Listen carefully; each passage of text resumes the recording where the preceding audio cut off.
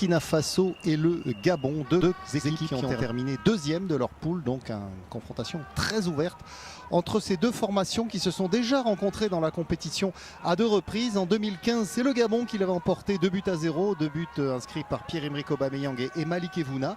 Et en 2017, ça avait été un match nul qui avait sanctionné cette rencontre lors de la Coupe d'Afrique des Nations au Gabon, justement. Préjuste Nakoulma, l'ancien joueur de Nantes, avait ouvert le score pour les étalons du Burkina Faso et Pierre-Emerick. Partenaire de cette diffusion des énergies totales, Coupe d'Afrique des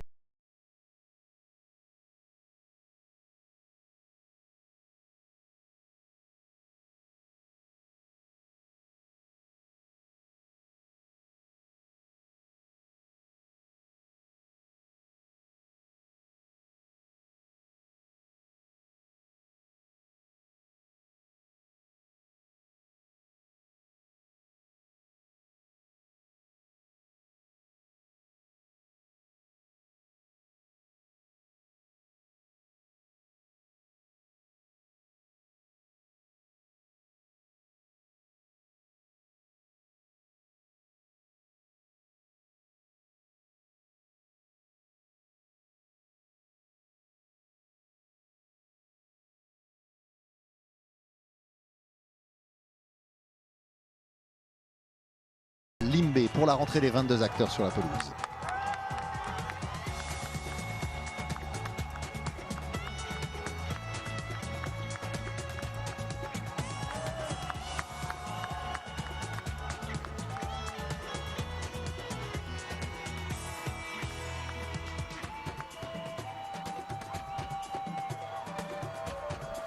Les supporters sont venus du Gabon voisin pour soutenir les Panthères pour ce huitième de finale.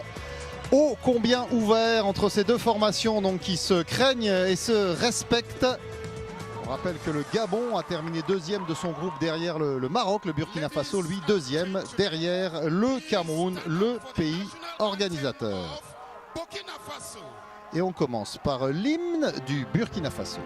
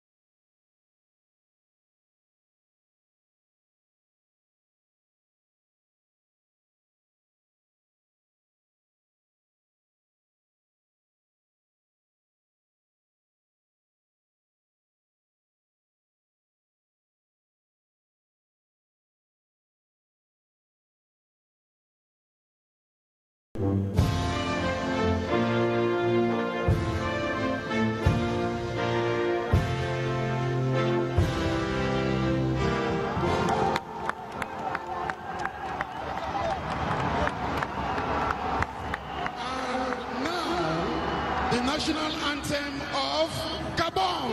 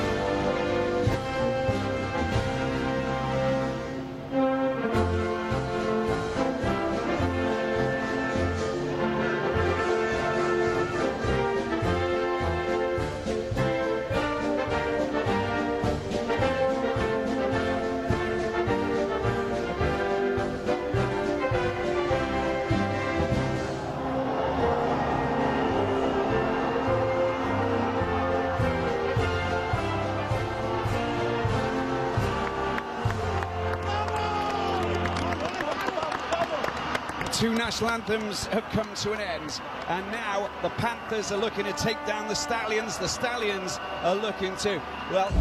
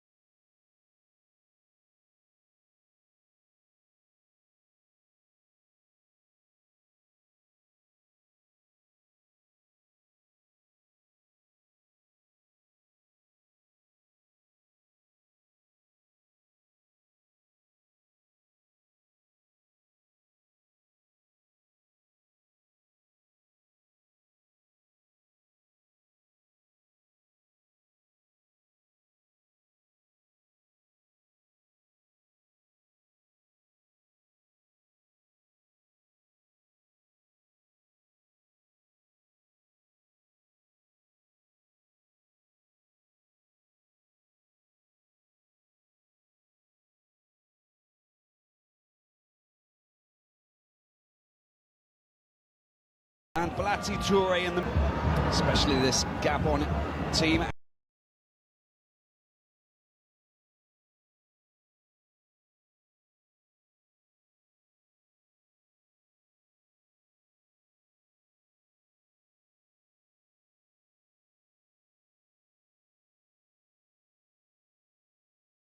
Of course, from the Panthers, who are playing in yellow and blue. It's Gabon up against Burkina Faso here for this last 16 encounter.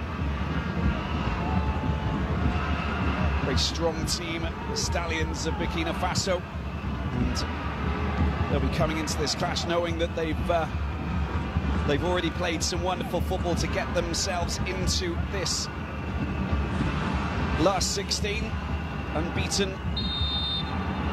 Gabon also playing some great football and getting better as time goes on, as we see the first challenge with a free kick going against Gabon.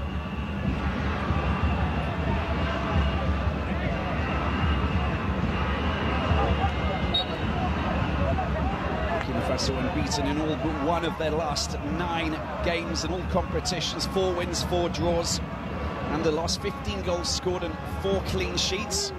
Extremely physical team led by Bertrand Traoré up front, of course, the Aston Villa man. In turn playing in Ligue 1 for Lyon, Olympique Lyonnais.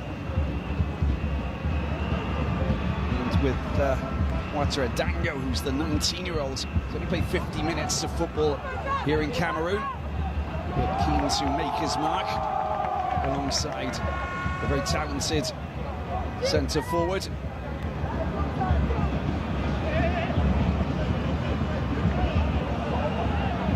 Gabon, even better record here in Cameroon in their 3 matches played. 1-0 win against the Comoros, who the surprise team who've managed to get themselves into the last 16, of course, along with Gambia. They played a 1-1 draw with Ghana. Need to clear the ball at the back. There's Tapsoba. High ball up in the air and the foul committed. And then a 2-2 draw with Morocco. An eye-catching performance there with Jim Alevina scoring one of the goals, and then an own goal from Naïef Agued, of course, the Stade Rennais player. Very fast and furious clash, that one indeed. Interesting to see how Gabon fared against the team who have won the last African Nations Championships, of course, in Rwanda and here in Cameroon, literally 12 months ago. Burkina Faso on the charge and moving up into enemy territory. Ori picks the ball up, squares it into the middle there with Kanga. He's got support out on the left-hand side if he needs to make that pass, but that's gone a little bit too far, I'm afraid. And well, as the idea was good, Yago was not going to pick that ball up. You can see how slick and fast they play their football. They like their football. will be looking to push forward. They'll be looking to keep possession. Gabon able to change their styles as well. I think what Patrice Neveu has done is really create a team that are capable of changing their tactics during the game. So they've got different strategies. It's a nice touch to get the ball out to the left-hand side. Allen coming up, and he gets a cross that doesn't find its way towards a teammate, but it does take a deflection. That's good work from Obiang. That's the player who was born in the Loire Valley. Started playing for Châteauroux and Troyes. It's a short corner that's been taken. And the shot comes in, another deflection, flying off the back of Bayona. It's going to go out for another corner. Bit of pressure here for Hervé Kofi, Belgian-based goalkeeper. Gabon, he was playing up on the edge of the penalty box. Magna trying to peel away from the back of the queue towards the far post.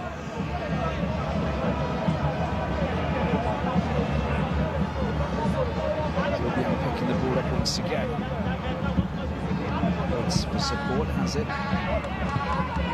So coming up, it's just been cut out. And Burkina Faso still under attack. Not a bad little ball there. Find a little bit of space on the right-hand side. It's lofted into the penalty area. Anybody going up for that? If he takes it cleanly out of the air. Playing with fire, they're giving the ball away. This is very dangerous indeed. Oyono gets the ball across with his shot.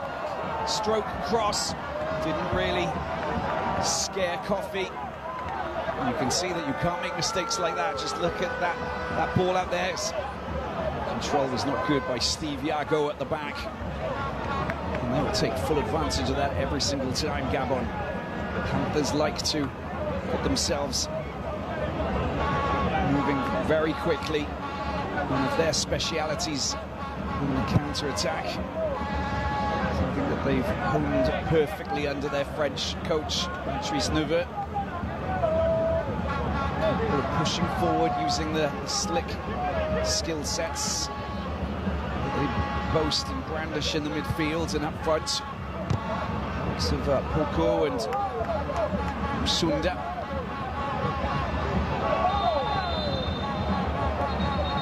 Slightly bullish in the challenge.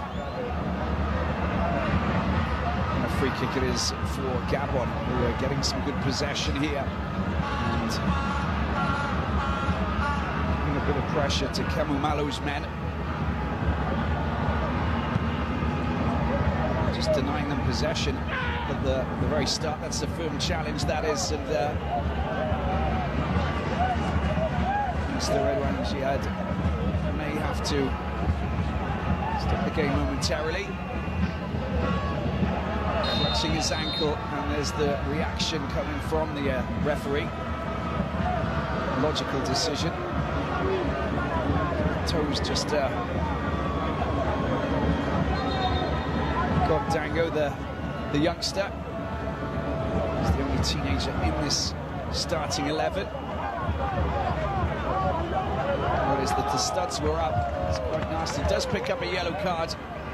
See that from the replay, although it wasn't directly underneath the radar of Mr. Jihad at the start. He realised that it was quite nasty. Got it. Can't do that. Can't show the boots, show the studs. The yellow card, the first one of the game, 7 minutes in. Outstanding player, the Clermont centre forward. Clermont football, 76 matches now playing in the Auvergne region of central France, in France's Ligue 1, climbing up into the top flight for the very first time. And he scored 14 goals. Dangerous player. Saw him against Paris Saint-Germain just a handful of months ago, back in September. And he really is a handful. He's a major threat. He'll be a bit disciplined. There's another foul this time. It's the midfielder Kawira who's going to pick up a yellow, and I think the overall reaction from the referee is to try and calm things down, because there's two reckless challenges in the midfield. Poco is the player on the end of that challenge. It's just not something you need early on in this clash. You can understand that there's a lot of pressure, but you really have to try and deal with this pressure cooker situation. Here is the delivery from Gabon, looking to try and latch it in into the penalty area. It goes, headed away comfortably by Tapsoba. He's the Leverkusen centre-back, and a wonderful player as well. Big, strong player, lots of strength. Came through the Salitas Academy, which is famed in Burkina Faso. It's another short corner. And the cross comes in. It's been kept up. There's a chance for a shot. I'm afraid that effort there from Bruno Ekwelemanga, not good enough. They still have possession. Comes out to the right-hand side. Bupanza unable to get himself a little bit of space and dart between defenders.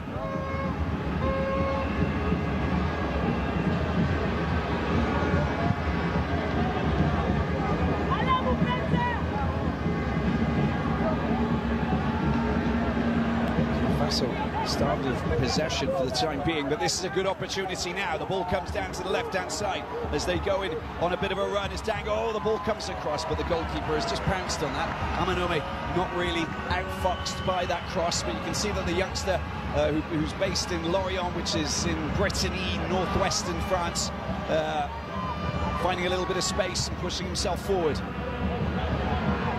Gabon stealing possession. Panthers pouncing.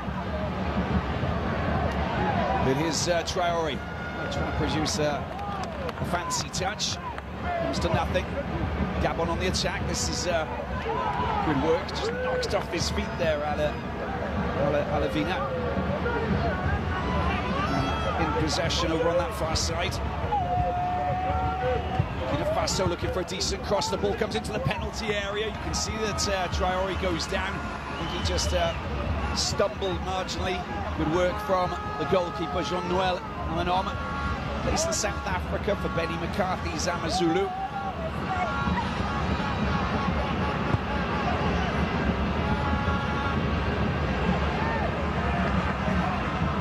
Coco getting the ball out wide to the right-hand side for Anthony Oyono. Here he is, Oyono, trying to find a little bit of space, trying to untangle himself away from the Burkina Faso defenders unsuccessfully. It looks like it's going to be a foul. Just got caught up in the middle there, Guira. As for Racing Rioja in Spain, a bit of a journeyman, been around playing for numerous teams around the world. Hong Kong, a little stint in Denmark as well, and so in northeastern France, near the Belgian border for Lens. Alicante, another team who he played for down in southern Spain, southeastern Spain I should say. There's the long ball, it's a little bit overcooked, all the way back to the goalkeeper.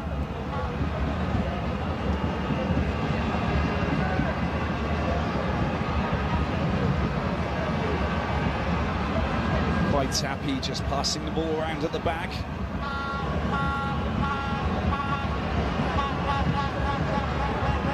Just a little bit talking in the press conference and just saying, I know which way I want to orientate my game plan. Got players capable of adapting to different situations, different systems.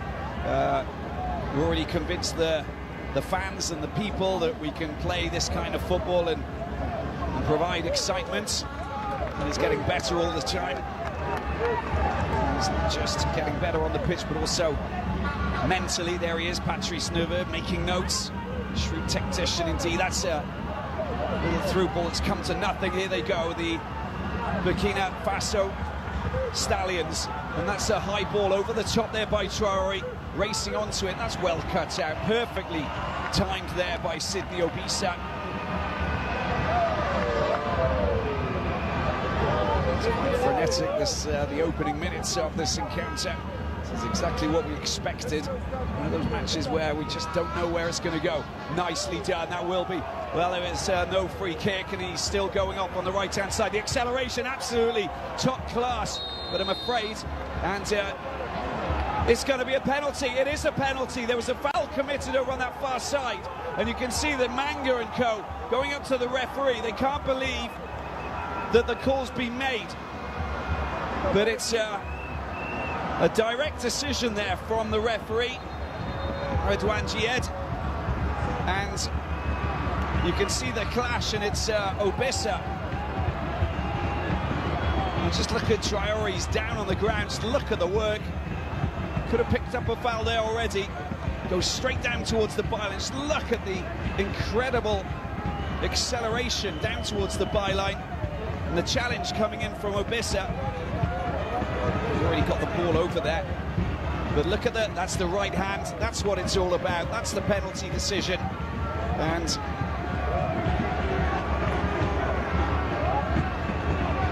well, he's just been driven down to the ground there, isn't he? And that's Issa Kabore with some wonderful running.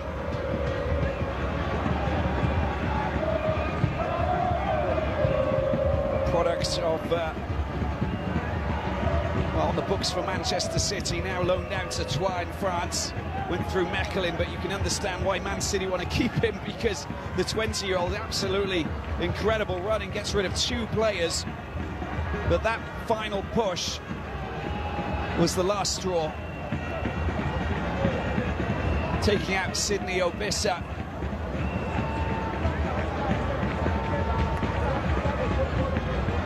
And despite the pressure on his body as he's driven down to the ground, he still manages to get a pretty good crossover. Well, that's the call, and now they have a scoring opportunity. Just hope that Issa Kabore is fine, because I think we can most definitely say that it's a clear-cut decision. He's up on his feet, which is fantastic news. Well, how about that for a right back? There is the yellow card for Sydney Obissa. It's only his second match playing for Gabon.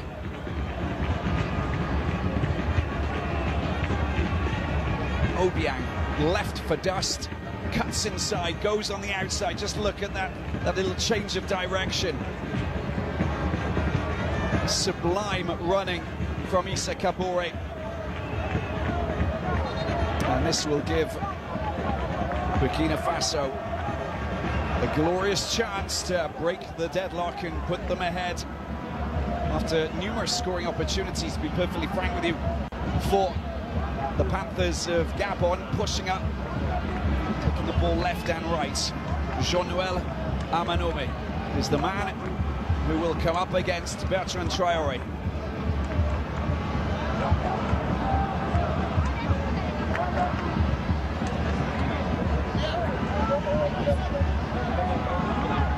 Burkina Faso looking to take the lead against Gabon. Beat them 3-0, of course, in December in Abu Dhabi in a little tournament. Pre-Afcon competition. You need to listen to the referee. The call is to please get on the line. The Amazulu goalkeeper told to come to the line, stand on the line.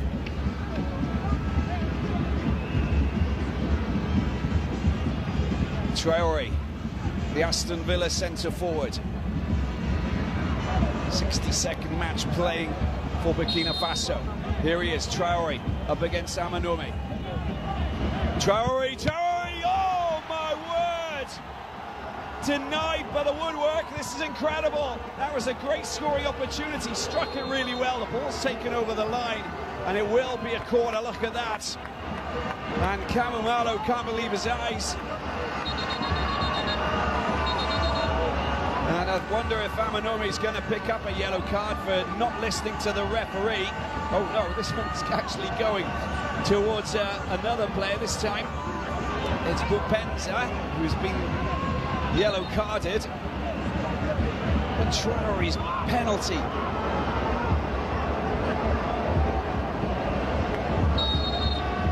Gustavo Sangare with a delivery with that left foot of his. Goes deep, way over the top. Foul committed. Knocked off his feet. Tapsoba taking out his opposite number on that occasion. Kanga. Look at that. Absolutely smashed it against the left-hand corner, side-footing it in fact, with a hits it well though, didn't he? Would have beaten it if it would have been a little bit lower. Not the case. We have one penalty miss, which I believe is the start of a drama-filled encounter here in Limbe at the Omnisports Stadium.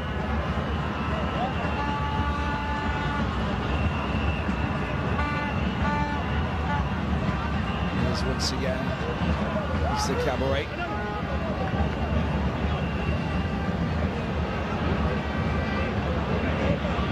Well, he did manage to net his 13th goal. The Aston Villa forward.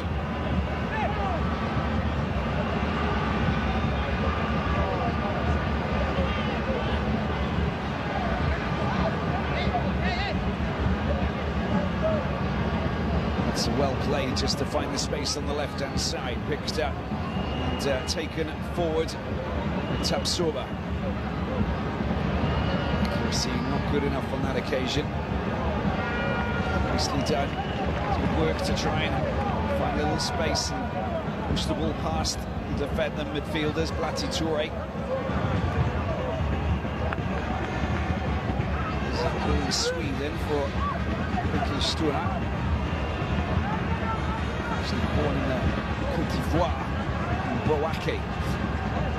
Here they go again. Chari looking to try and find gaps in that defence. Is Blati Toure once again getting the ball out wide. It's been a picks up, taken forward by Steve Iago. Gets the ball back again under a little bit of pressure. You can see that Oyono coming out and really giving him a hard time. Committing the foul and giving the ball back to Burkina Faso. Interesting first 20 minutes, a lot of pressure, a lot of possession for Patrice Nuva's Panthers in the opening 10 minutes, but all of a sudden, Emery goes darting down that right flank. It's brought down and picks up a penalty miss, and the Stallions seize control for the moment. I think it is possible.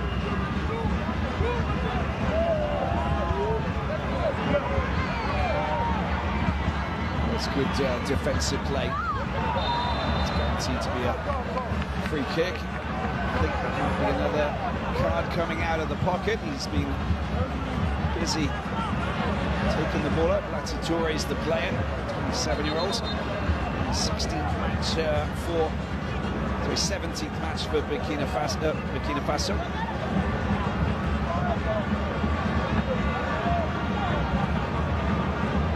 Struck it well, goalkeeper went the wrong way, but he still couldn't find the back of the net, just a little bit too high. A gaping goal. And when that happens, of course, that is a perfect scenario. It's the yellow card call for Bupenza.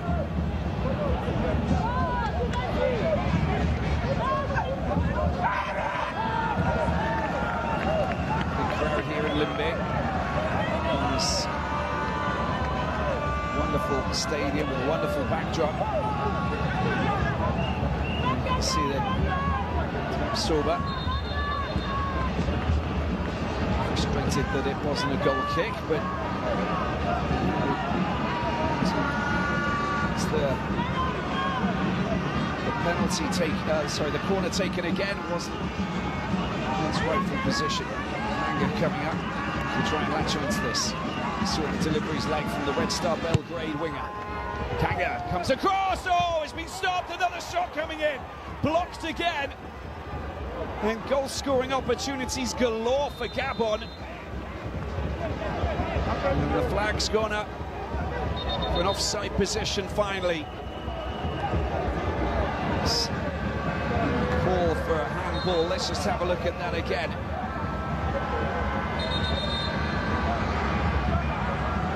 crikey.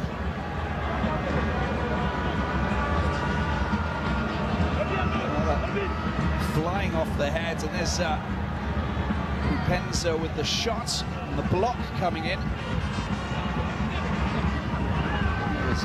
Palin, came off Palin's head with goalless here between Burkina Faso and Gabon. Once again, Gabon pushing forward into the penalty area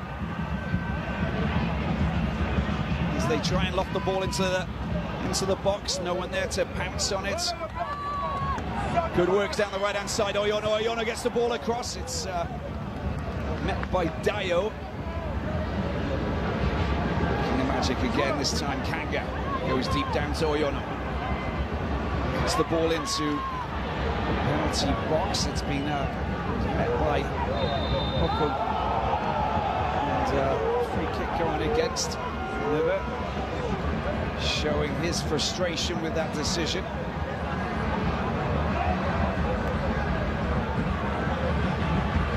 Everybody behind Gabon claiming that it was an unfair decision. The referee making the right call. To Anthony Oyono. 6 caps now for Gabon. They're picking the ball up and they go on a bit of a wander now down this left-hand side, waiting for support. And that's Dango, but his attempted pass gets deflected. And the Panthers pick it up and stroll off down the left-hand side. Sudan. His pass not good enough.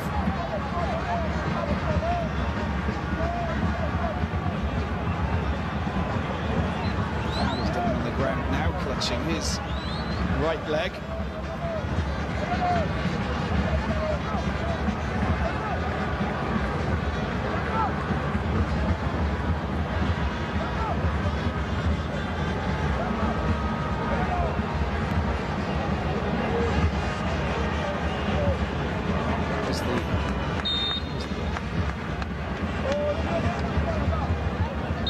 He actually got trodden on by his teammate. That was the issue there. You could just see that. It was Musunda's foot that went onto his feet.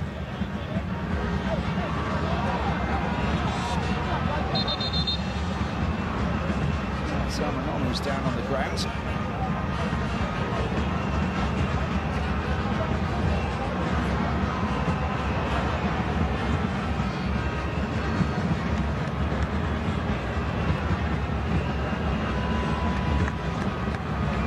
Receiving a bit of treatment, just having a little chat with Boko. It's right leg, it looks like.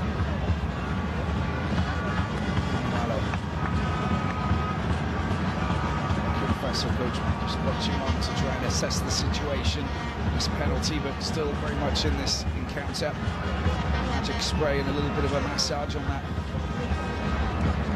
for the right leg.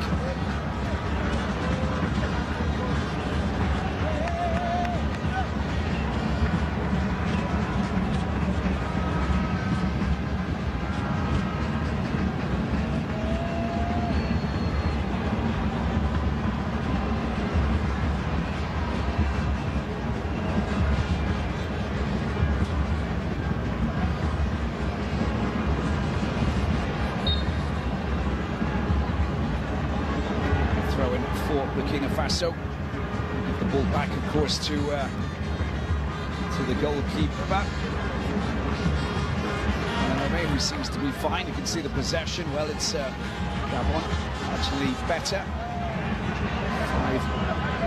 5 attempts to 1 at the moment as it stands. Once again, they're picking out and they're finding a little bit of space down the right-hand side. Anthony Oyono sets the ball up nicely. He's got a support here. And of course, they'll be looking for Jim Malavina, who's keeping the centre-backs busy, but that pass is not good enough. And here, Burkina Faso go on the attack. You got Traoré darting through the middle. Traoré, can he get in the back of the net? It comes in off the post, and Burkina Faso have taken the lead.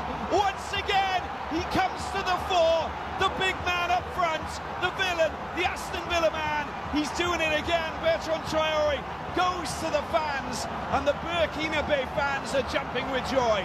Camumalo looks down and says, that's the way we want to do it. That's the goal that counts, and this is our path towards victory. So much more football to go, and you've got to encourage your teammates to get back on track like Bruno Ekwelimanga does there. But first of all, Traoré missing the penalty. He knows that he needs to react, and this quick counter-attack, wonderful play in the middle. Dio getting the ball up into the central position. Great running there from Bertrand Traoré. First time shot, creeps in, sneaks in off the left post and into the back of the net. And there is your goal, outside of the penalty area. The celebrations come thick and fast, side-footing it, but on this occasion he keeps it low, very low.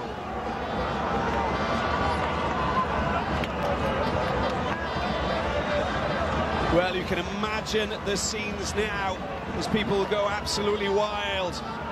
In Ouagadougou, of course, the capital, but right across the country, and Bobo Dioulasso and Banfora, all of these places where, well, it's just a massive hotbed for football in Burkina Faso. They take the lead. Bertrand Traoré, the man of the moment.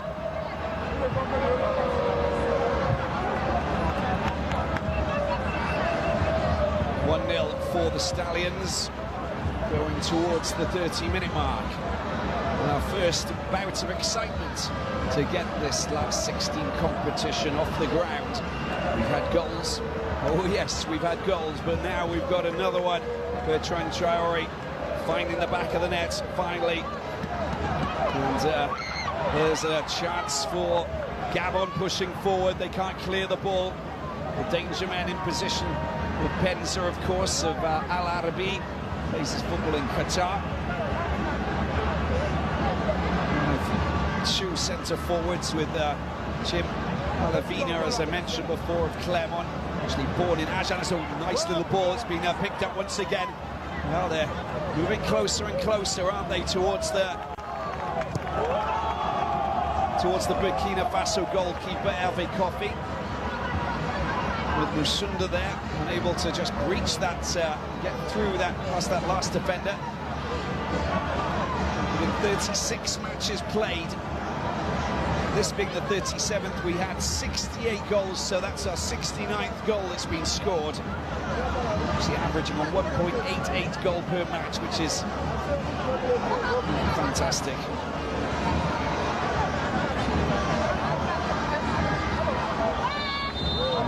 Free kick, bundled over there by Sangaré. He's a player who plays in France for Caftv.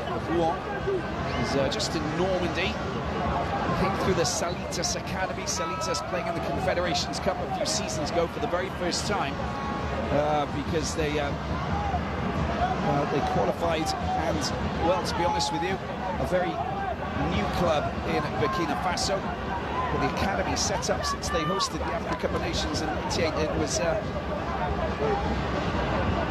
general in the army who got behind it and said, let's turn this into a real big academy. They've got connections right across Belgium, right across Europe now, which is absolutely extraordinary. Some of the best footballers from Africa coming out of that academy. Here we are with a free kick. This is a chance now as Bupenza tries to get his free kick over. Goes for a shot himself. It's low, and it's not just pushed away, parried away with his hands and his body, in fact, Hervé Kofi, just to get rid of that shot from the Al Arabi centre forward. You're diving down and just being careful with the bounce. That's what you've got to do. Here is a chance for Kanga to deliver something slick towards his front man.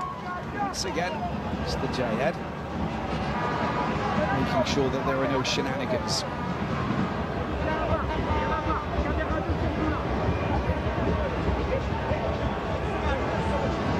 Mr. Jayed speaking French to these players here. They both speak French, of course. There's a delivery, it's headed away.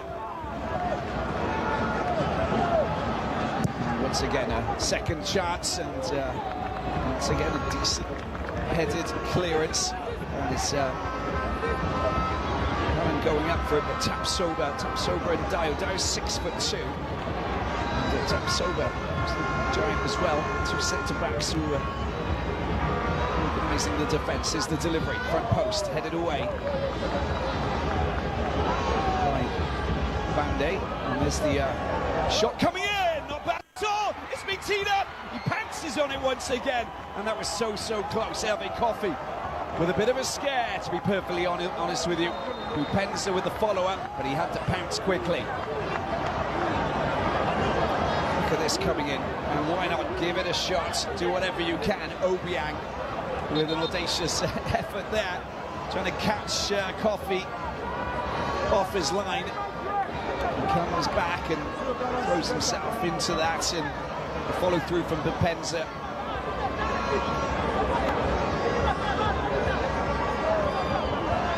A little bit of contact, but nothing to be concerned about, I think. More of a scare for the heart, I think, regarding that situation, because, well, the moment that you make the save is one thing, but of course to get yourself back into position and pounce on it again is something else. Well, let's look at that. That's a 19-year-old making that very intelligent pass through to Bertrand Traoré. That pass is worth its weight in gold. And having played just 50 minutes previous to this clash here in Cameroon, I can tell you that the Lorient player, who only made his professional debut back in August against Saint-Etienne in Liga in France in 2021, has most definitely made his mark in this competition. Brilliant through ball from the 19-year-old. His first cap was in against Mauritania in December, in that mini tournament that took place in the United Arab Emirates. Just gives you an idea of where he is going. Ouattara Dango, watch out for that name. The future of the Burkina Faso national team is in safe hands when you've got a player like that. He's not the only one either. Let's get back to the action. 10 minutes to go in the first half. The ball's been picked up by Verde here on the left-hand side. He's on the books at Ajax. Traoré picks the ball up, neatly gets it back to his teammate Blati Touré. A wild pass to Tapsoba, and finally it's kicked forward. Camu Malo obviously out and concerned at what he's seen, but thrilled with this scenario so far, which makes complete and utter sense. Boyono plays in the Ligue Nationale in France, which is 3rd division.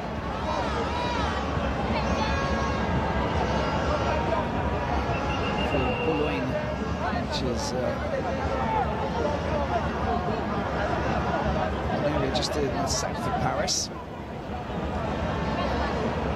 Born in Lille, in northeastern Paris, northeastern France. 9 minutes to go in the first half. This last 16 encounters, the total energies of the Cup of Nations 2021. It's Cameroon. Been waiting a long time for this competition to take place. It's here now, and we are having an absolute blast. Look at the skill set. That's wonderfully done at the back by Guira. Sober sends the ball up deep towards Traoré. It's headed away there by Manga. Once again dispossessed on the right-hand side. He was looking for the ball there. Issa Kabore decides not to make that pass. That's a nice little dummy. Nice, neatly done. Picks up on the left-hand side. Here's Bande. Bande goes down, and the referee says no free kick. Finally, it's smashed away. And coming up to meet that is Dio, and there's another challenge. Singare hurting his hands by hitting the ground more so than the pain that he was feeling from the collision, it seems. Singare on the ground. Another player who recently played his first international match. Oh, that's nice to see. There you go.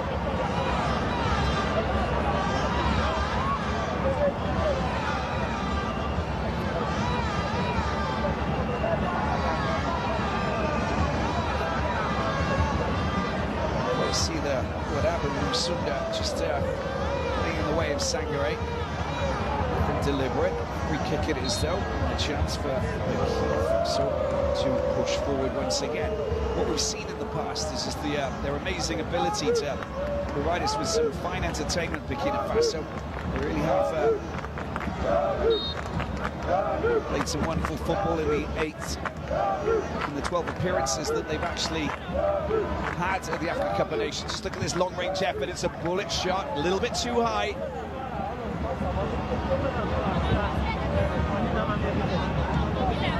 And safe and away from the target, picked up at the back with Gabon keen to move into position once again, try and get that equaliser.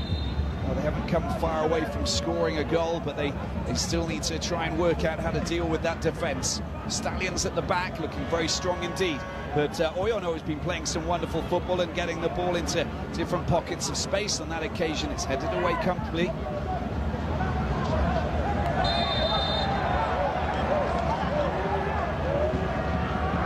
Complicated scenario. Malawi forced to make the foul on Tapsoba, represented by Portuguese legend Deco for a while.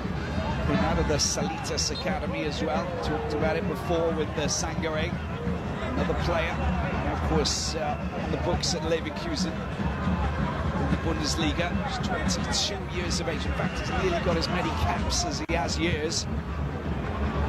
Will obviously be overtaken very swiftly indeed, depending on how they fare here this afternoon against Gabon. But it's looking pretty good. He's put himself out to play football in the streets. And a lot of the players here have either played for one of the top teams in Burkina Faso or managed to grant us a good bit of running. Poco cut short in his path. Comes back out with Sunda over into the middle, working their magic. The good ball back out onto the right-hand side on this occasion. First time attempt to get the ball towards the front men. Blocked and taken out. Talk about Ouagadougou, but also of Bobo Dialasso. Here they go again. That wasn't a fine pass, was it? Kweli Manga over there. It's a great opportunity. Can he find the back of the net? Oh, it's a great goal. Look at that for control. It's been rifled in by Bupenza, the Al Arabi man, scoring the goal, but you can see that the referee's hands up in the air, and he has called for offside. There is the call. There's the line. And the linesman, look at the left arm. See when the linesman's flag goes up. In any case, I think we've got the lay of the land. Could have been a goal if he had just left his, pushed himself back beyond the last man. Wait for the confirmation, of course, from Bupenza. He was as alert as an eagle there. But it was the fraction offside. The left arm was just dangling a little bit too far ahead. And confirmation coming through as they failed to score an equaliser, which would have been at a perfect time just before the break. Psychologically, it really does help. Bupenza, such a dangerous player, along with Maravina. They are still constantly looking for scoring opportunities, and two different styles of forward, of course. But it's still Bertrand Traore's 28th minute goal that separates these two teams. Last 16 of the Total Energies Africa Cup of Nations, Cameroon 2021. There he is, Traore, the goal-scoring hero for the time being. He was leaving the Central African nation of Burkina Faso on the edges of their seats as they hope to push through into the next round of this competition. It has brought so much joy since it all kicked off 14 days ago.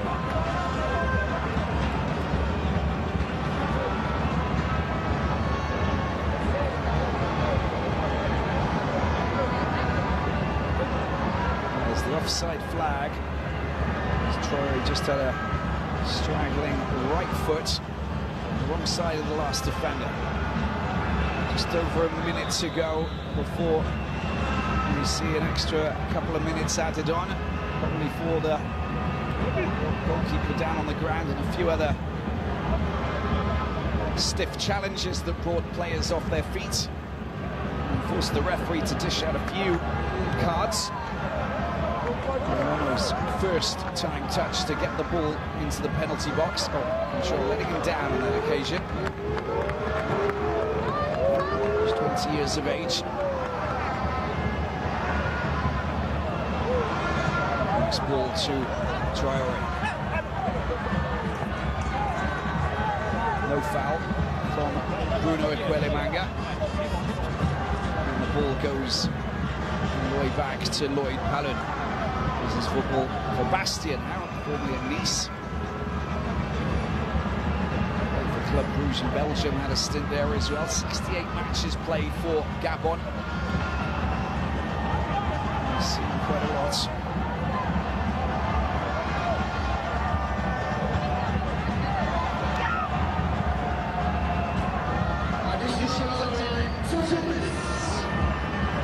Not too much added time.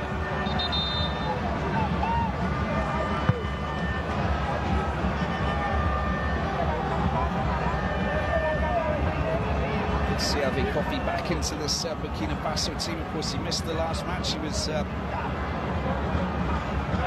wait for a negative test from COVID-19. And obviously back fit and raring to go.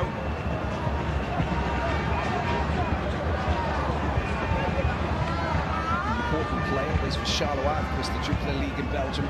Providing us with some fine entertainment. There's some great football that's being played there, and lots of nationalities represented right across the world. From Anderlecht to Club Brugge, Standard Liège, all these great teams. So many derbies as well. Decent attempt at getting a delivery. Oyono gets the ball across once again, but it's met by a Burkina Faso defender, Dayo, on that occasion. Loose ball. Traoré's about, you've got to be careful, you will be nudged off the ball. It's a bit harsh in the way that he went into the challenge there, as you can see on Bruno Equalemanga. That's the call with the left arm, and a bit more of the body, I think, for Bupenza. Great control, pulling it back with the left and then sweeping it in with the right foot. Good skill set indeed. And they go in search of another scoring chance. That deep ball down into the corner, met by Issa Kabore. It's cleared.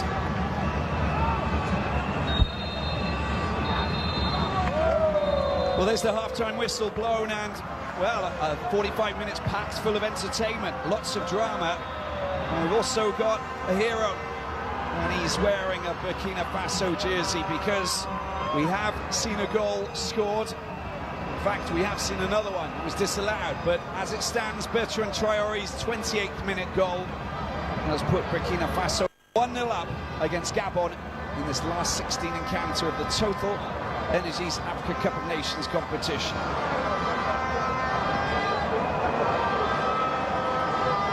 Well, it's been riveting stuff, to be perfectly frank with you. The fans, well, they've been enjoying this in a big way.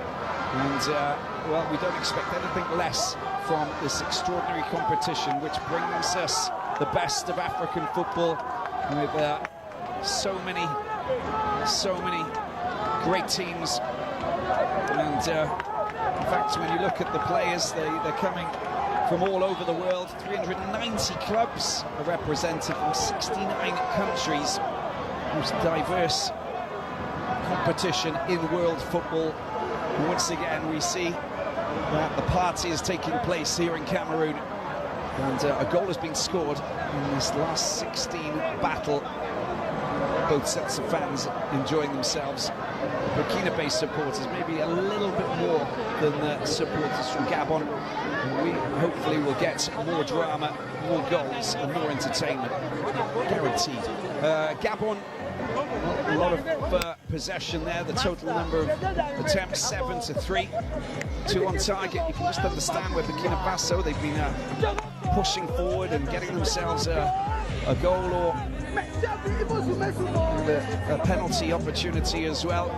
The accurate pass is 131 to 77.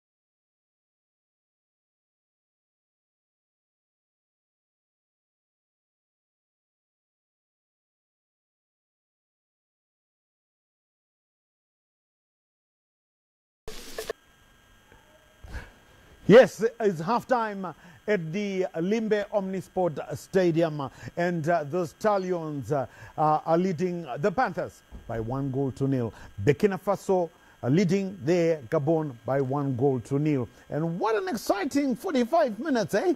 Because the men from Aston Villa, their number 10, Bertrand Traore, Bertrand Traore, yes, quite a tongue twister, Bertrand Traore. He missed from the penalty spot but made amends with a beautiful goal there. But then, of course, Gabon came back, thought they'd equalized, but the goal by Mpenza was ruled out rightly by the referee for offside because they are trailing right now. Yeah, I will stick with that prediction. There's 45 minutes to play.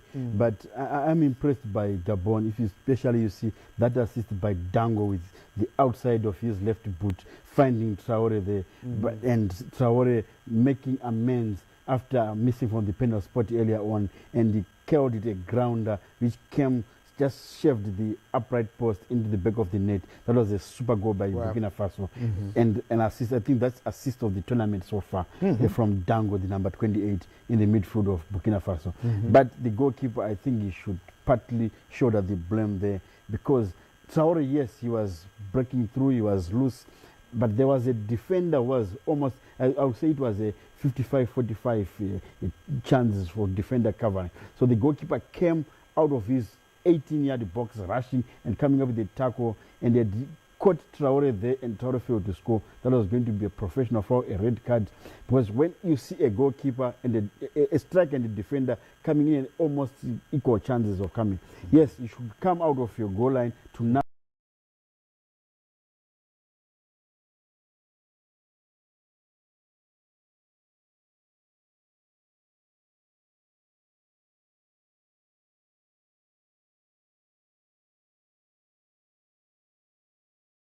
Taken goal by Burkina Faso, not taking anything away from them. Yes, well taken goal. Burkina Faso there, Bertrand Traore scoring past Amonome, the Amazulu goalkeeper who plays, of course, in South Africa for Benny McCarthy's side.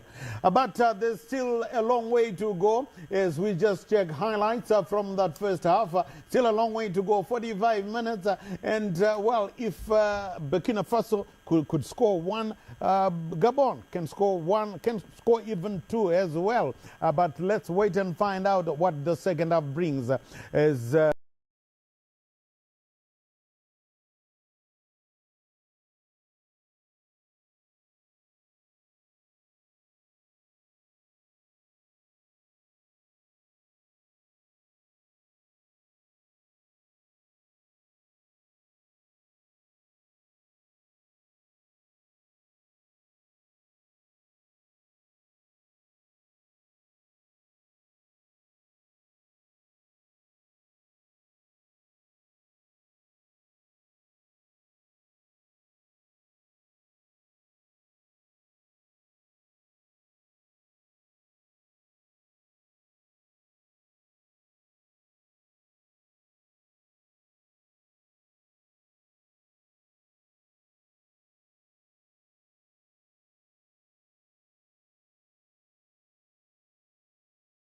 bending the process, and you never minded about that. you didn't want to stop and pick it up. No, you can't afford to do that at this stage of the at this level of the competition. He has to concentrate on putting the ball into the back of the net first, and then he picks the armband later. Actually, it was picked by the teammate. He was celebrating in the near the fans there, in the track there. Yes, because I think he felt very bad as we see him there, just going to his fans, because I think he was feeling bad about missing from the penalty spot.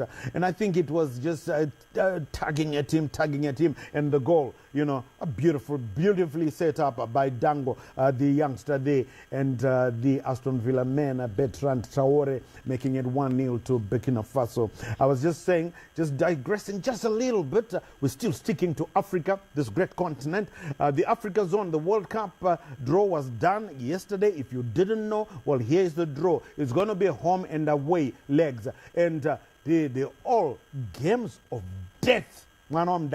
Look, listen to this. Egypt versus Senegal.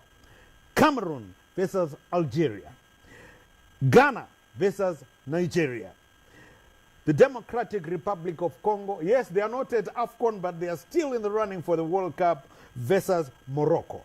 And Mali versus Tunisia. A repeat of that game at the 2021 Afcon tournament when Mali beat Tunisia by a goal to nil. I mean, Ginola, those games here, all games of death. Would you predict anyone, any game which you think that is easy? Yeah, maybe I might only predict one game. All the other 4 games, to be honest, those are nail-biting encounters, hair-raising encounters, without a doubt. They will be thrilling. It will be dog-eat-dog.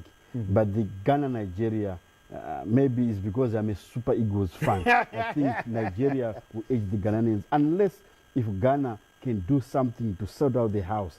There's something is very wrong within them. This is not the Ghana we used to know. These are not the Black Stars we used to know. See, they only needed a win against the Comoros, and they were stunned by 3 goals to 2. Even in the earlier game when they played this Gabon side, they were leading 1 goal to nil through a beauty by Dede Ayew.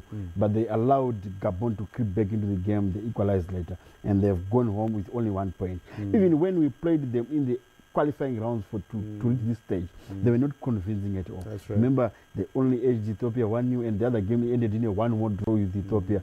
So Ghana, there's something very wrong. So I would say Nigeria looks to be having an easier fixture there, but it's not over before it's been played. Of course, it's never over until it is over. That's what I always say in my commentaries, whether it's on radio or on TV. It's never over until it is over. Like this game here that we are bringing to you live in the comfort of your own homes or wherever you might be watching it from, in partnership with Azam TV. If you're just joining us, where the heck have you been? It's Burkina Faso 1, Gabon 0, a goal scored by Bertrand Traore, the man who plays for Aston Villa. And at 9 p.m., don't forget, the Super Eagles of Nigeria take on the Carthage Eagles of Tunisia. Well, Nigeria, they're probably favorites to steamroll past a struggling Tunisia. But you never know. Right, second half, what do you think, Shinola? I know you're still tipping Gabon to go through by 2-1. But what do you think the backing up will do now? Fortify their defense, pack the bus, or go for another one to kill this game? It might still end in Burkina Faso's favor, although I know you're sticking to your prediction. What do you think? Yeah, I think the Burkina Faso, what they need to do is to solidify their midfield. I think they've been winning some battles in the midfield. That's their strength in the first half. You could see they've been winning important tackles there.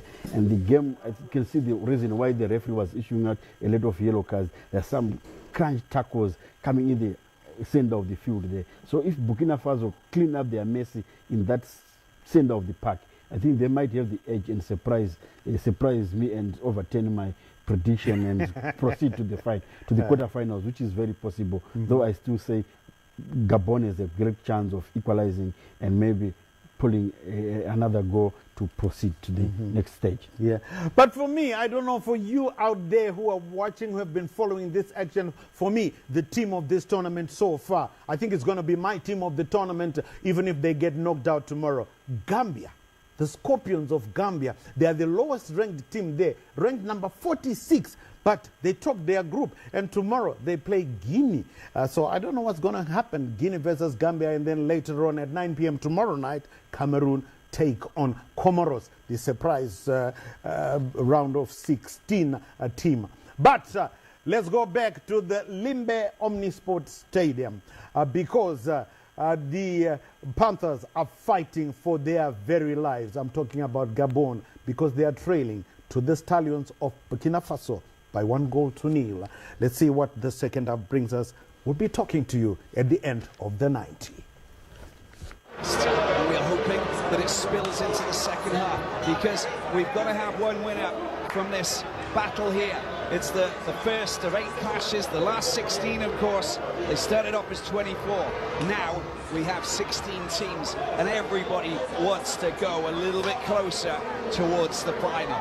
But you've got to play your right game. You've got to get the tactics right. You've got to listen to your coach at half-time and get yourself back out on the pitch and provide him with the right results. And Patrice Neveu is one fine technician. He's someone who knows a lot about football, who's been around for a while, coaching lots of national teams, and he spends a lot of time on African soil, having started off with Niger in 1999, and then Guinea, and then the Democratic Republic of Congo and Mauritania, amongst others. We have a change, and the change is that for Gabon, we have Musundo's gone off, and we have this man here coming on, Louis Ameka.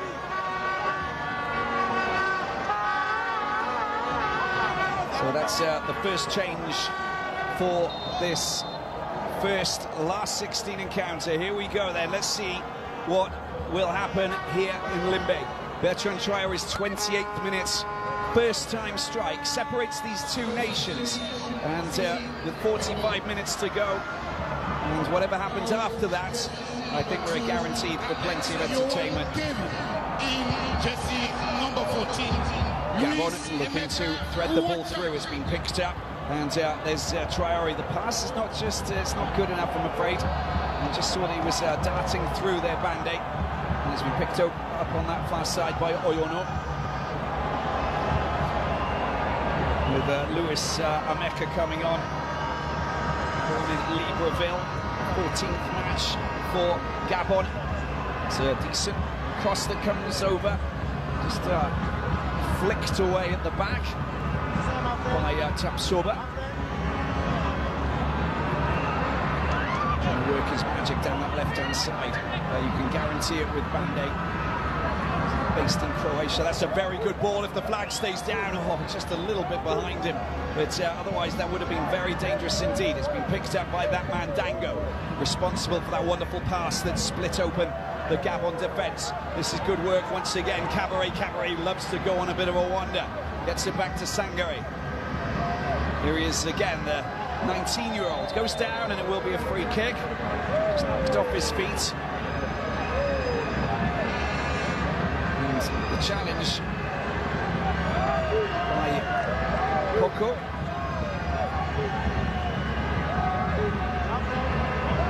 Sangre will take this. Looking to try and keep that out. Faso on a mission here in Cameroon.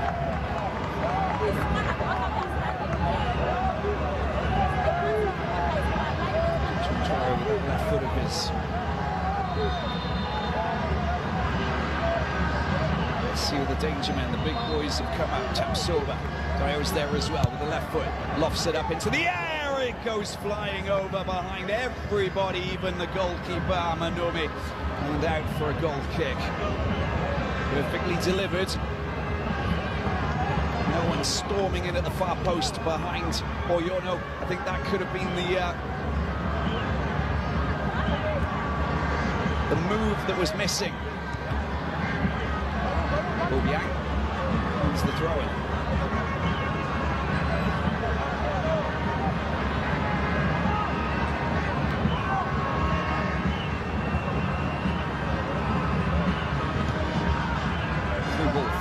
Obiang, here is the 41 caps, goes on. Dallas is doing really well to get past Cabaret. I think the arms got tangled up and he brought him down. And it's a dangerously positioned free kick here for Gabon, who will look to exploit it.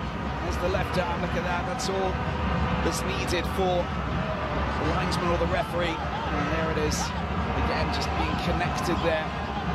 Easily spotted by the officials.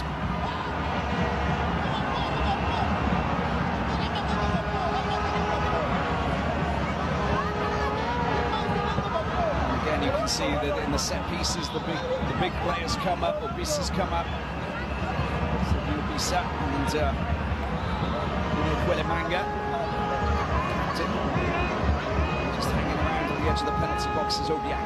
But it's Benza and Vino who are going to be the danger players who are looking to try and latch onto this. 4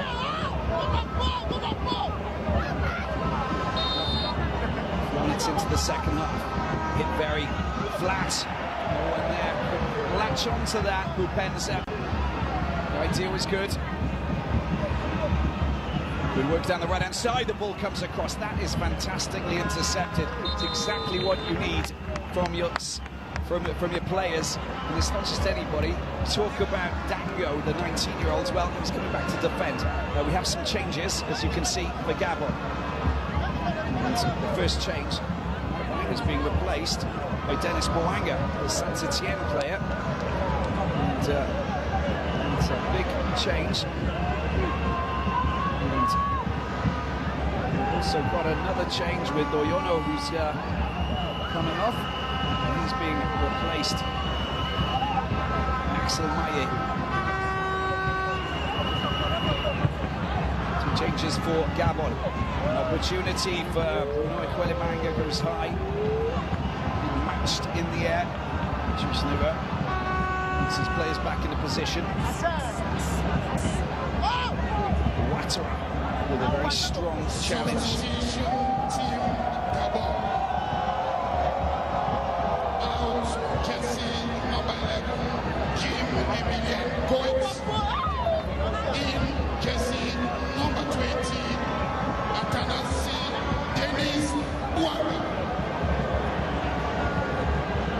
And I think that I saw that Somela Ouattara has also come on for Burkina Faso.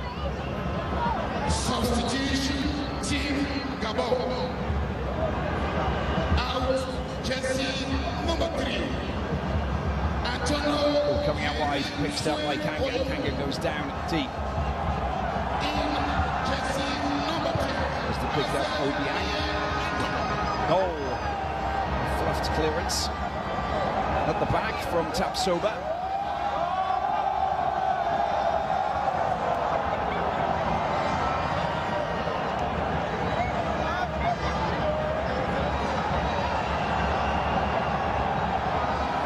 A loose ball and an opportunity here. Again, you can see Dango putting lots of pressure on the defenders at the back. It's Kabori.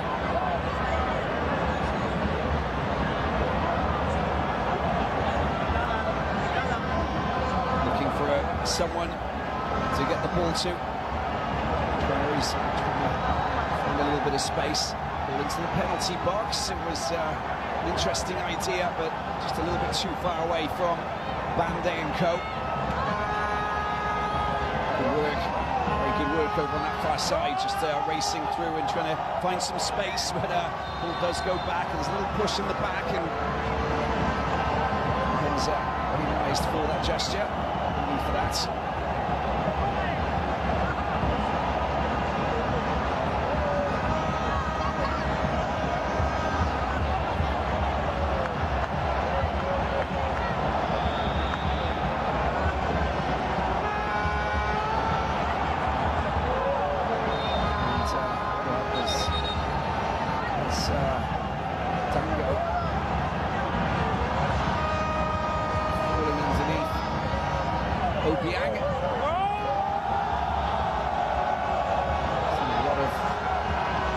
Challenges.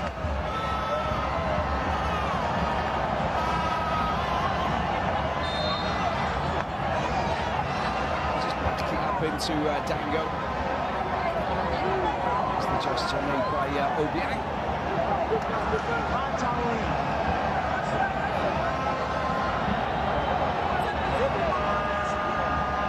8 minutes into the second half, and Gabon getting a bit more possession. They had more possession than Burkina Faso in the first half.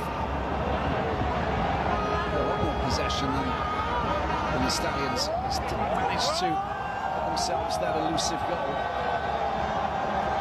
They're still working on, it's work in progress. But as I mentioned a couple of times now, Never does have the capacity to have his players change tactics during the game. They've got different systems that they use with different players coming on, so we get our head around what kind of tactics he's trying to implement as we approach first 10 minutes of the second half. First of all, I think he's probably saying, "We're going to get possession, guys. Just continue in the way that you played in the first half in terms of getting hold of the ball."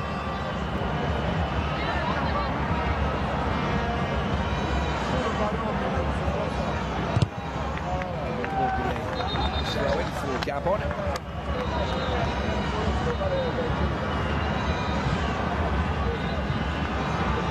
There's Axel Maye.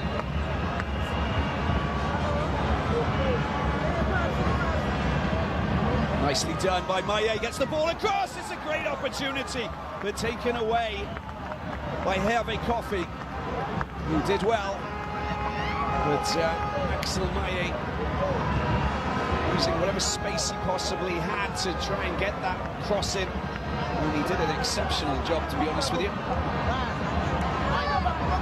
It was Morocco for Ittihad Tanger, playing for Gabon since 2012. 26th cap now for Maye. As they get the ball back over on that far side. Just going again, and it's Boanga. Posted into the penalty area, a little flick and a chance again. But it's covered there at the back by Issa Kaboué. And away from the ever-dangerous Bupenza Boanga. He's miles offside though, wasn't he? El Arabi centre forward. It was the ball that came across by Maye. And unable to get anywhere near the outstretched hands of Kofi. And now 11 minutes into the second half with Burkina Faso sitting on a 1-goal lead.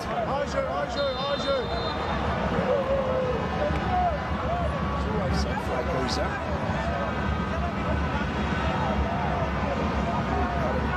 Sides, just making sure that we got behind him. Picked up by Obiang. Next to Kanga.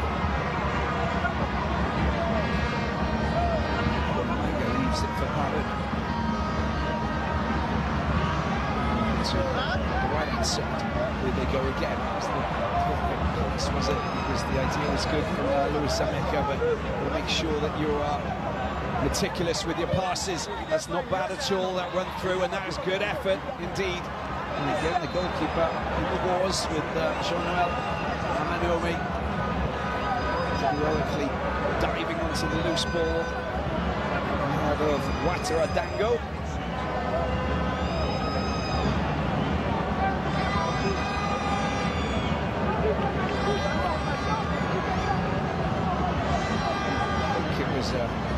Contact with his defender, Sidney Obisa, on the right hand that actually was the moment we felt a bit of contact.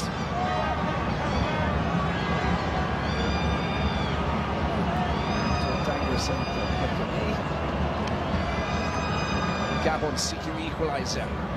Gabon keen to get themselves that goal, that elusive goal. They've won the ball back. This is nicely done. That will be a yellow card, and that's not good. Poko, another player for Gabon, who has got himself into the referee's notebook.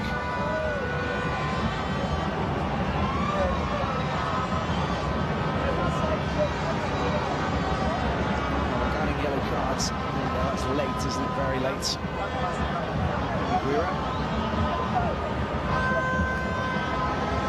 Of the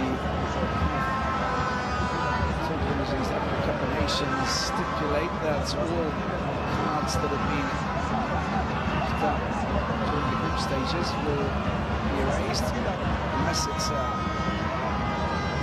2 yellows. Then that means that you'll miss the next game. So Keita, for example, is missing his 16 encounter, but everybody else is able to play, and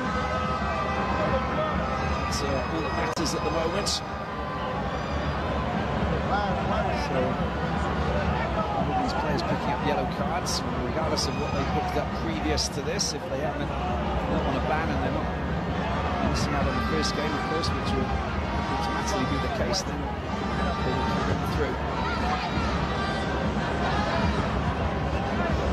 If you do qualify, another yellow card, and there's been a lot of yellow cards that have been dished out, and there will be another miss, another clash, of course, depending on how far you go. That's when coaches have to be smart with their tactical changes and who is available. Here is Maye working his magic down the left-hand side this time.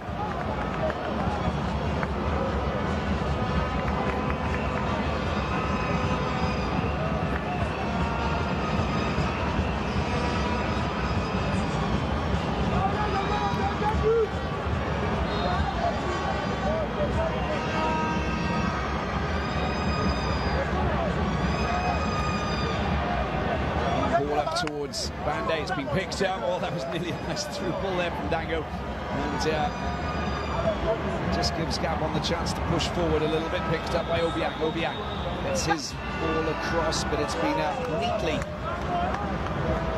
tidied up in the middle.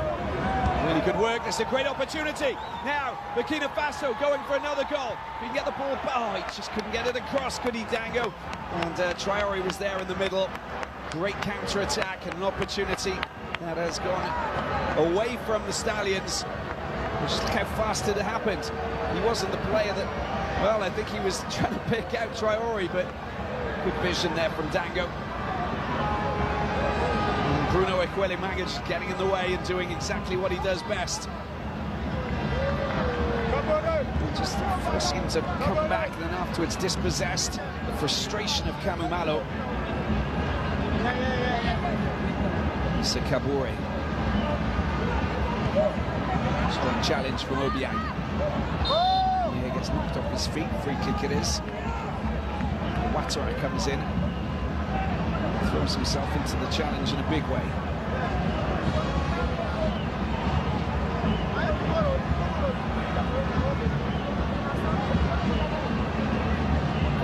Burkina Faso sitting on that lead since the 28th minute. Fast counter-attack. And saw Ouattara Dango, 19-year-old split the Gabon defence in two with a perfectly weighted, meticulous, low through ball that was raced onto by Bertrand Traoré. His first touch beat the goalkeeper, Manomi, into the corner, off the left post. Brilliant football indeed, slick football from the Stallions has given them this advantage. And with 28 minutes to go, I think that it's starting to turn into... There's a great ball into the penalty box, two players going up, Maé was there, and also Bupenza kind of clashed with each other, and the end result, header going high, and Hervé Kopp is still on his feet. So look at the delivery there from the right-hand side. They clashed, didn't they? And that was all about communication, because I think that Bupenza should have...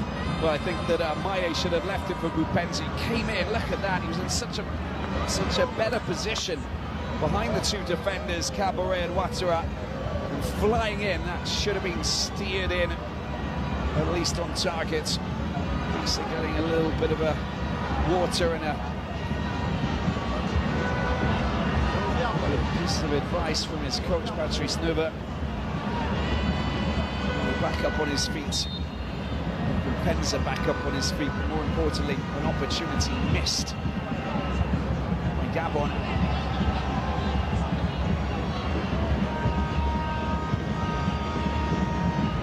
8 appearances in the Africa Cup of Nations, they're losing possession. Gabon on the attack, and they get themselves the shot. The referee says no. There's the ball, it's been teed up beautifully, and the shot is blocked. And Gabon unable to get themselves that equaliser just yet. And this is turning into quite a lively affair, but a little bit scrappy at the back, to say the least. You can't play with fire at the back. And there's Neuve saying, please, can you go upstairs and have a look at this? But let's just have a look at this again. There is Kanga. Kanga knocked down to the ground by Ouattara. Well, there might be a call. There might be a reaction. And afterwards, there's too much traffic as Bupenza's unable to do anything with his teammate on the ground.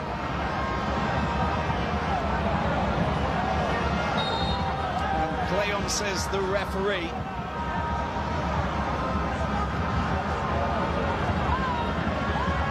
The reaction there, you can see, just can't do that, can you? You can't make risky football in that way, giving the ball away, just passing the ball.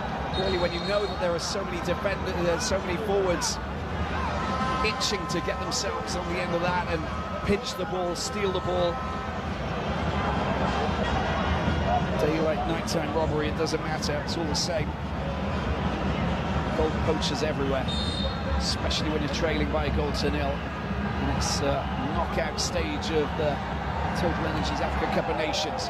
Well, the ball's been teed up, and there's the shot that's fired in by Bande.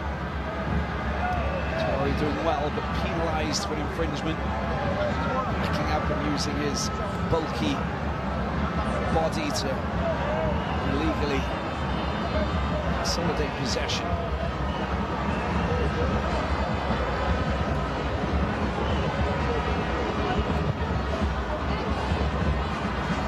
Two-time quarter-finalist in this competition. It was 96 when they first managed to make it to the last 8 after qualifying from Group B. Well, they've still got the bulk of possession. They've still got scoring opportunities to brag about, but they can't brag about a goal at the moment. It's Ouagadougou, which is the people of Ouagadougou who are really happy and celebrating. Look at the skill set, that was absolutely delightful from Dango, and he gets the ball to Traoré, and it will be a yellow card. Now, what's going to happen here? He's already got a yellow, and Obisa gets a red card because it's his second yellow. Sydney Obisa sent off for a second bookable offence, and this is a big blow for Gabon at a critical time of the competition. What's going to happen here? And Bruno Ekwelimanga picks up a yellow as well.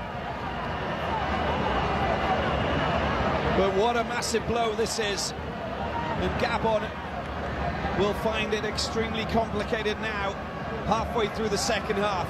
Let's have a look at this again. It was very slick, wasn't it? Once again, Ouattara Dango doing really well. Nice two-touch there. Traore picks the ball up. And it's the block. Just look at the shirt pulling on Dango is the reason why he was called up to the referee. And what's happening? We've got another yellow card. They have to be disciplined. It's Kanga this time, number 12. 3, 4, 5, 6, 7 cards that have been... Oh, Dennis Boanga, sorry. I thought it was Kanga that picked that up, but my fault. But this is bad for Gabon. Sydney Obisa, Royal Olympic Club, Charleroi player, is the 3rd division of Belgium. It's not the other Charleroi team who are in Jupiler Pro. Walks, deflated, disappointed, into the changing rooms. Only his second match playing for Gabon. Now they have to play like heroes if they want to try and get themselves into the quarterfinals. As Bertrand Traore sets his eyes on that goal.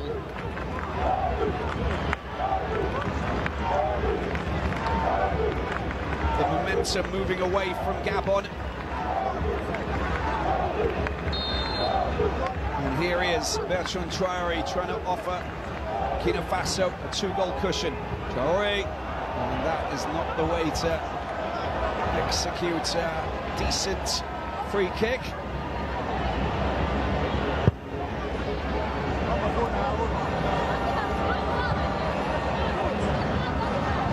Kept in play according to the linesman. Now.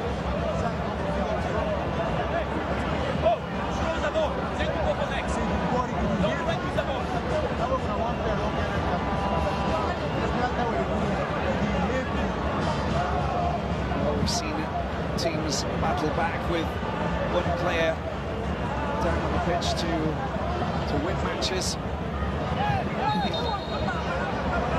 Big stages. Time wasting. He picks up a yellow. That's the 3rd yellow card for Burkina Faso. It's just a waste, isn't it? We just don't want to give that chance away.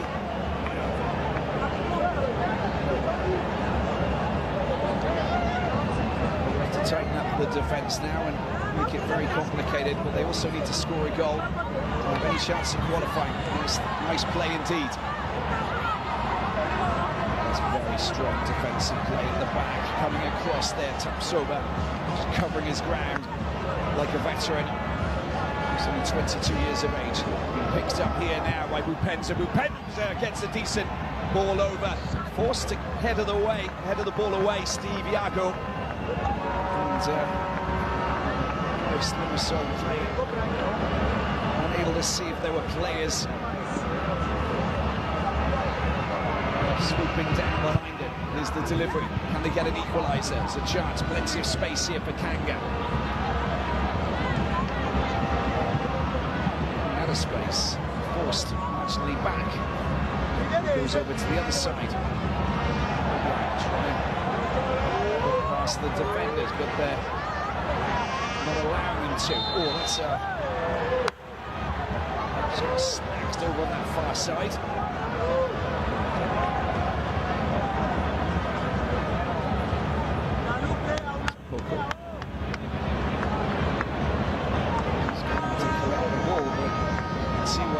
He's got to offer. All the time playing in Egypt. Zwan just down the Nile. It's Sudan. Of course, Amir Nizir. The teams that play in the Egyptian League. A host of fouls committed, but also yellow cards littered across the pitch when you actually look at the team sheet. Seven yellows for Gabon. Well, he's been an absolute delight to the eye, hasn't he, Ouattara Dango?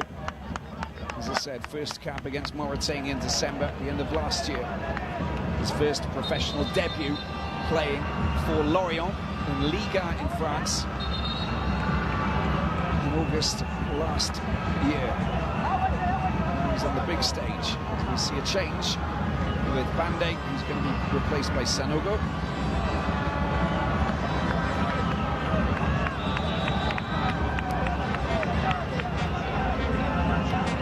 Sanogo, the FC Arafat, based in Armenia. Started off playing for Strasbourg. Played for Rahima, one of the teams who constantly battle for the Burkina Faso Premier League title. Great work down the right-hand side. This is sterling stuff as they go on a move. It's Boanga. Boanga's got what it takes, but he just can't thread the ball through to himself and continue that surging run. Snuffed out by Big Coffee at the end, pushing the ball forward. They know that quick, slick passing upfield after a Gabon attack could result in an extra player up against the last defender because of Sydney Obisa's second yellow card and sending off.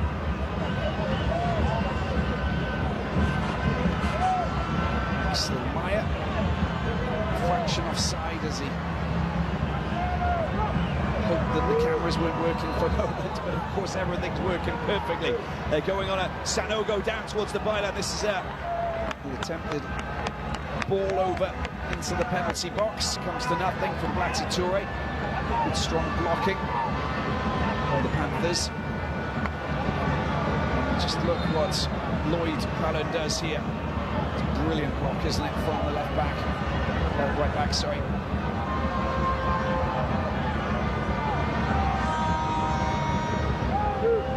Corsica, Bastia,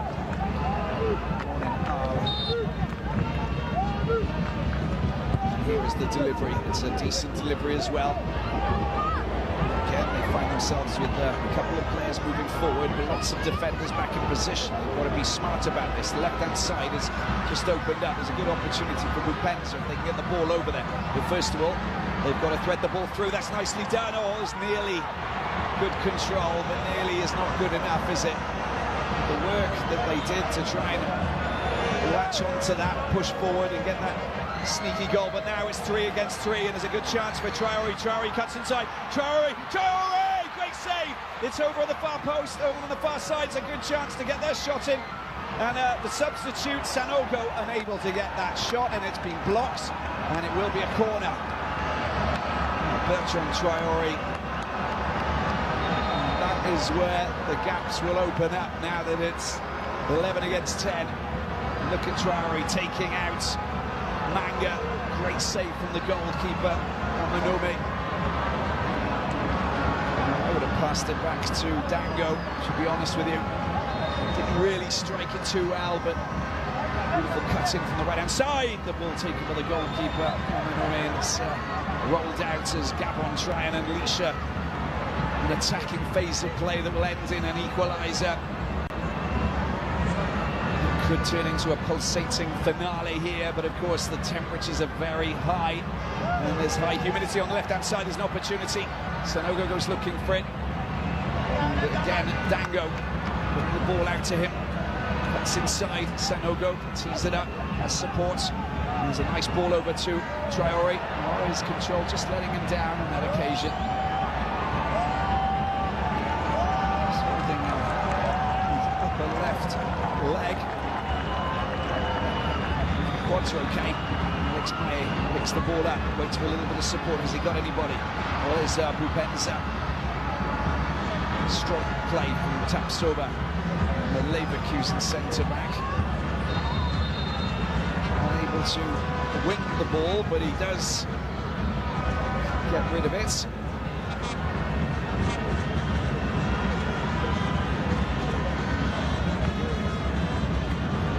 This clash will take on the winner of Tunisia-Nigeria. That takes place tonight.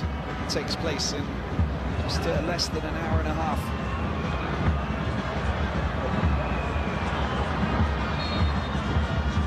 Here we go again. More pressure cooker situations.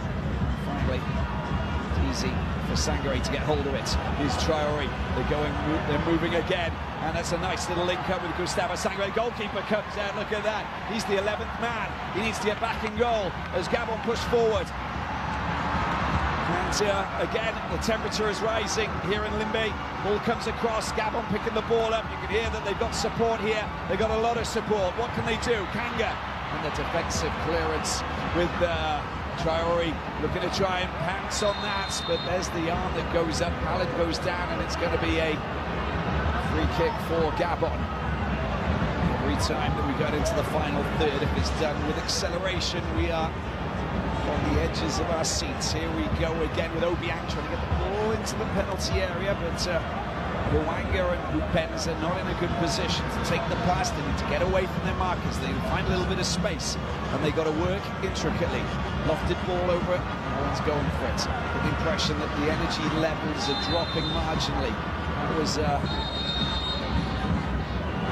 Traore, who has been penalised for that. Just going in a little bit with his shoulder. There you go. He wasn't anywhere near his man. Picks up. Great chance for Gabon to unleash a shot. Obiang on that occasion, and well, he's just unable to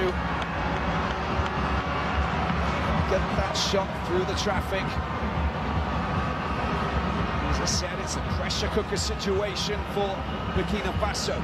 It's a good spell this is for the Panthers of Gabon.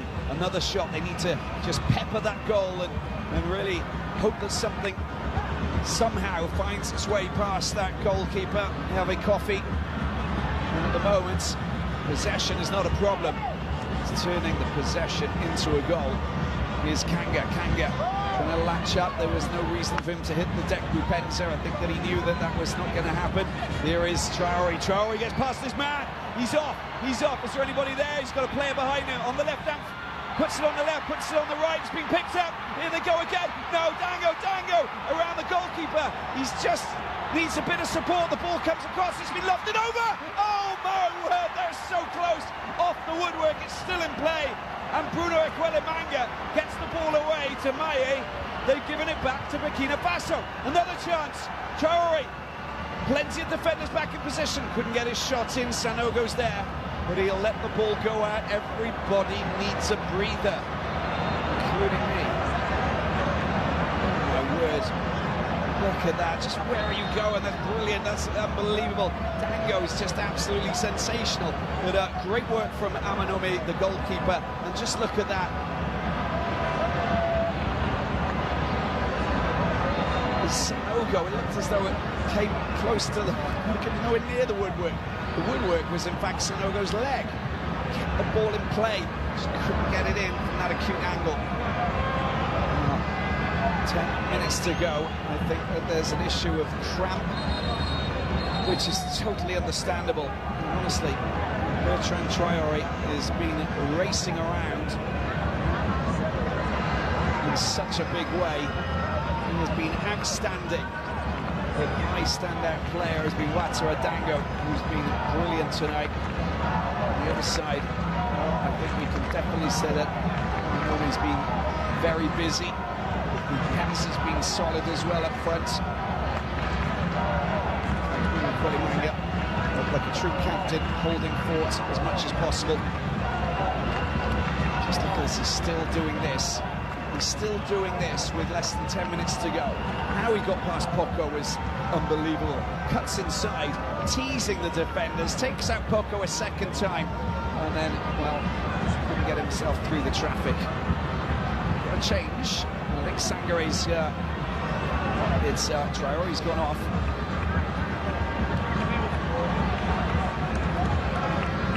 Sangare replaced by Simpore.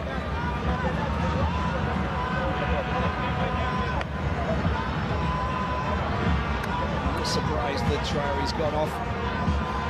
There's only a certain amount you can actually do, but he's been clinical, extremely important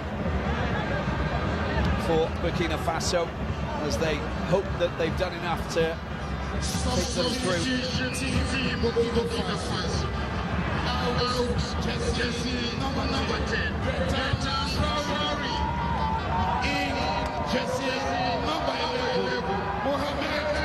Kanate's come on to try and... Oh, there's a handball, great opportunity, it's a block again from Amanome, who just comes to the rescue.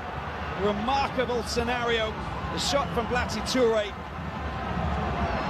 denied by the Amazulu goalkeeper. It's all happening here in Limbe. Let's hope that this suspense, drama and entertainment spills through to the next clash. It is, of course, Tunisia against Nigeria. The battle of the Eagles. Sanogo on that far side. Looking to try and work with Dango. Dango will win the free kick there. And he, again, just shows us what he's capable of doing. Brilliant play for the Lorient forward, who's just 19 years of age. And that was the shot after it came off the arm of Bruno Ekwelemanga. There you go, that's what happened there.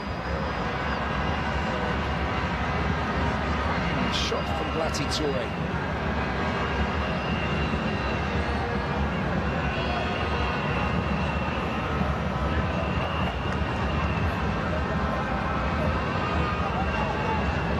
Free kick in a very dangerous position following Dango. Here's the shot, and it's the wall. Ball down to the right-hand side. Here is Dango. Over to the far side, the header comes back. There's a little slip. There's a chance for a shot. Can they get in the back of the net? Great save from Amanome. Brilliant save indeed. The shot that came in was from Guira from close range, and they were queuing up. We didn't know who was going to take the shot. We knew one was going to come in. Unselfish there, just to tee it up. Brilliantly put in his path by Simpore. And how about that for a tip over the crossbar? And the Amazulu goalkeeper, Jean-Noel Amanome, having a sterling game and putting so much pressure on him, the Burkina Faso men. And once again, they try and push forward. Jersey number 28, Yanis Clarence Gantu. We've got another change that's taking place. Obiang, who's come off.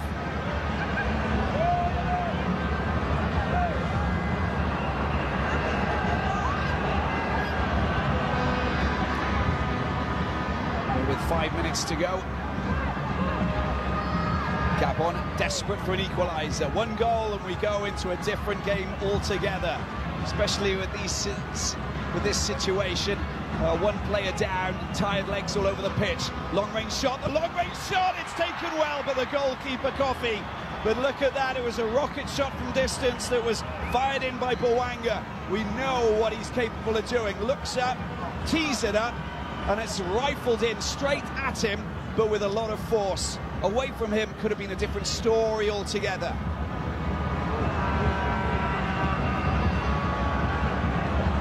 Burkina Faso in the middle, losing the ball and picked up and taken forward here by Gabon into enemy territory. Well, that's short-lived there. Yakutu's just come on.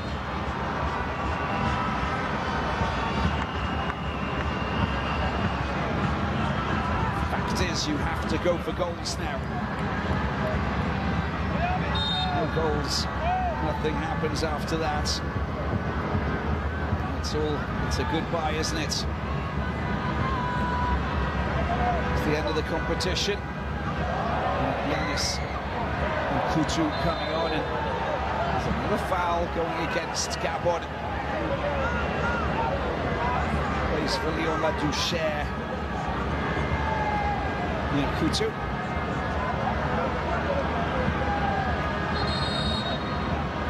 On the books with came through the academies, working with Drancy in Monaco. 4 years spent in Monaco. Here's Blati Touré. Back to Cabaret. Slick passing as it comes out to Blati Touré once again. Pulls it back.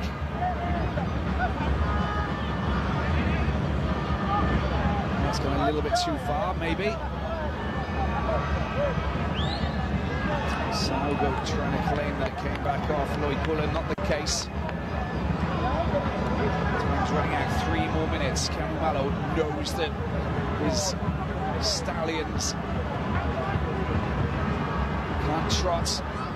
There's no place for cantering. They've really got to gallop, and they've got to remain high octane right till the very end. They can't give away free kicks like that, because they will put themselves in dangerous positions. This is dangerous. And when you've got Bupenza and Bouanga, they're going to be looking for those kind of opportunities.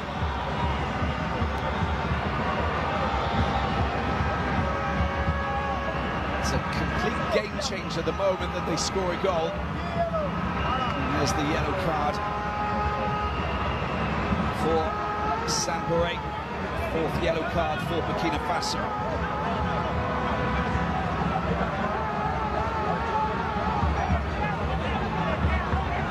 Nice wily run. And racing back, just getting in the way of Bouanga. Those 2 players is logically going to take it, I imagine. It's going to be Bouanga.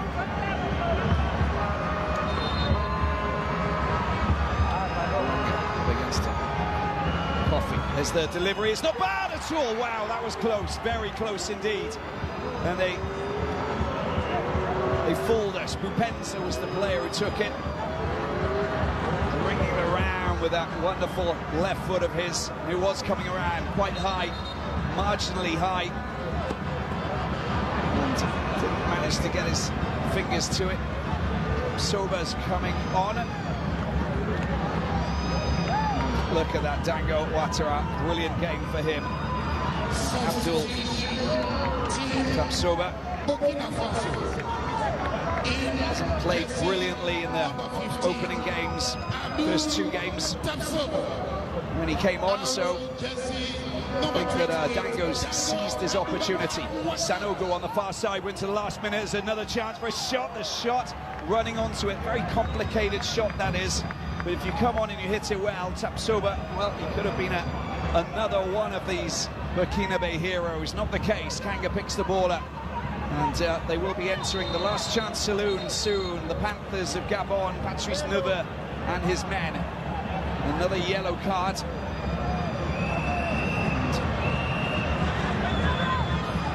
And this time it's Konate who picks it up. Interception. Waiting to see how many minutes of added time we will have. Here he is again, Bupenza, the danger man. Additional time, 3 minutes. 3 minutes for Gabon to try and get themselves an equaliser. The block has been made by Cabaret. They get themselves, I think it might be, is it a throw-in or a corner? I think it's a throw-in. I may be wrong. It looks like it's a throw-in. Nope, it's a corner. That's wrong. Here is the delivery into the penalty box. Anybody up for it? It's in the back of the net. They got a goal. The goal has been scored. It's incredible. Bruno Equele Manga has scored from the corner. That's the equaliser that they've been looking for. And the Panthers, well, they just clawed themselves back into this one in big fashion. And that man there, Patrice Neveu, well, he watches on going, well, you could have saved me from having a rough time with my heart 10-15 minutes earlier, because, well, that is quite extraordinary. Look at him coming up. He doesn't foul, he doesn't get in the way, he just leans over and does what he does best. That's brilliant. Coming in from the captain of this Gabon team into the corner, flying past the goalkeeper based in Charleroi, Hervé Coffey, and there's your equaliser. Gabon are back in it. Gabon can take this game to a different place. There's going to be some tired legs, oh yes, but we've got a game now, and it's 11 against 10. Burkina Faso outplayed in the last 10-15 minutes in terms of certain moments of the game, and of course there's so many yellow cards that have been dished out that, well, who knows what's going to happen when we take this game into extra time, if it goes to extra time. Let's wait and see what happens. Still over a minute to play. An extraordinary scenario. We've got drama like this for the right through to the final, then we're in for an absolute treat of a time with this wonderful competition that we love so much. I can imagine the scenes. Oh my word, they're giving the ball away. This is dangerous, but he's in offside position and he knows it. That was so. It was a gut feeling to pass the ball from Bwanga to Bupenza, of course, which is absolutely natural, but should have waited. Not even half a second. Smashing the ball into the billboards on the side. Maye with the header. Into the last few seconds. This is high-octane drama here in Limbe. Ball comes back, they still got another chance to score. Alex Maye goes down. Ball down to the ground. And it will be a free kick. A lot of tension between these two nations here now. And the full-time whistle has been blown, I believe. That was the flag that went up. And there you have it. It's game on. Patrice Neveu knows that this is not done and dusted. The fans from Gabon, the fans from Libreville, from Franceville, from Chibanga and Port-Gentil and Oyem are absolutely thrilled with what they're seeing now. Comeback time. After full time, it's Burkina Faso 1, Gabon 1.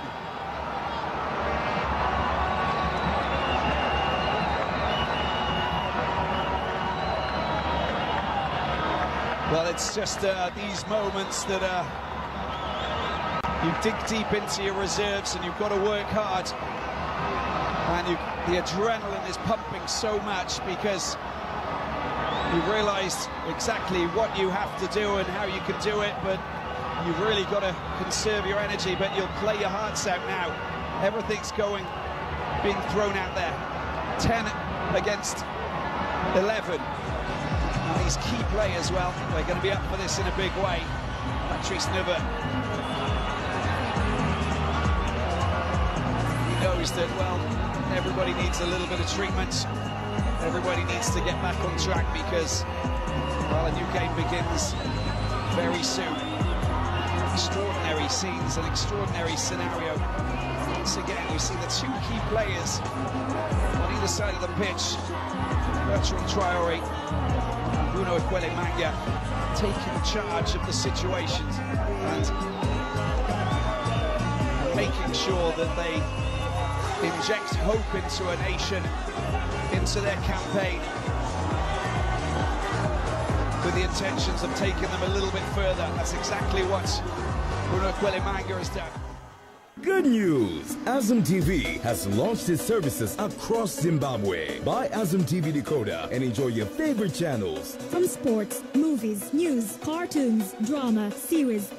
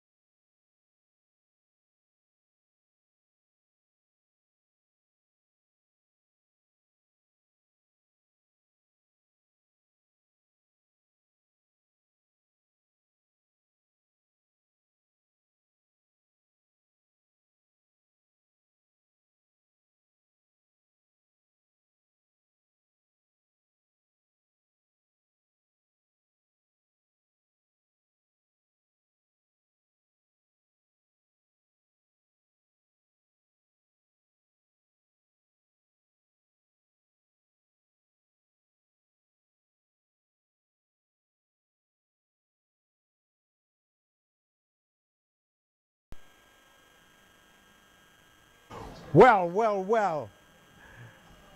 Talk of I did say it's never over.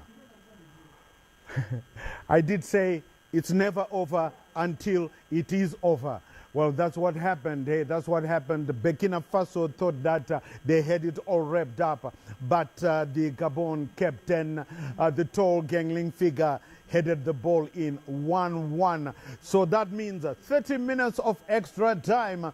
Well, Ginola had, William Tingwa had 2-1 for Gabon, but they left it so late. But at least they did come back. Yes, they did come back, and the 10 men, you don't be surprised that in extra time they'll prevail. And they wasted quite a number of chances, even Burkina Faso, especially their captain, Bertrand Traoré, I think he's at fault there. But thumbs up to the Burkina Faso goalkeeper. He was my man of the match. Oh, the yeah. Gabonese goalkeeper. The Gabonese goalkeeper. The Amazon goalkeeper. Yeah. My man of the match. I think he kept them in the game. Otherwise, they could have been buried a long time ago. Oh, yeah, sure. They could have been buried, but like I said, it's never over until it is over. So 30 minutes of extra time at the Limbe Omnisport Stadium between the Stallions of Burkina Faso and the Panthers of Gabon. But do stand by now for the Sunday edition. And well, don't forget that we will be bringing to you at 9 p.m. Straight after the Sunday edition.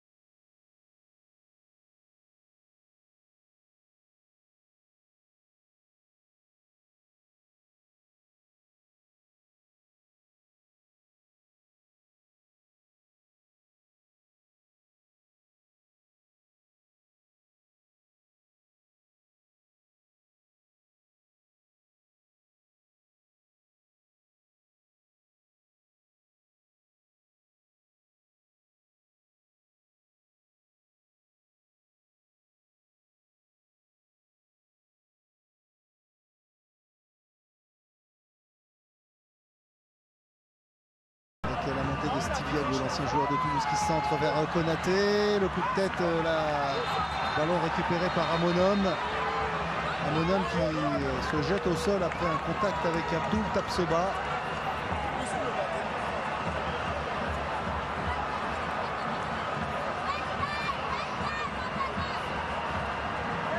Pourquoi un F au dos de son maillot? Parce que tout simplement deux prénoms, Faisal Abdoul Tapsoba. L'avant-centre burkinabé qui joue au Standard de Liège et qui fait sa troisième apparition dans cette compétition.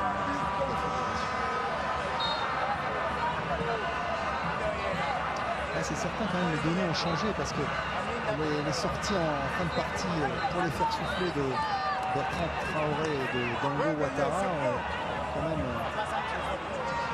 affaibli un petit peu la force de percussion des Burkinabés. Même si on a vu que jusqu'à présent ils avaient toujours su gérer les matchs importants puisqu'il leur a toujours manqué quelqu'un. Il leur manquait Tapsoba lors du match d'ouverture contre le Cameroun. Il leur manquait Bertrand Traoré lors du deuxième match. Une formation qui sait gérer les absences parce qu'on a un effectif assez large côté burkinabé et surtout très jeune avec Abdoul Tapsoba pour il a cherché le soutien de Simporé, plutôt de Blati Touré, ça n'est pas passé.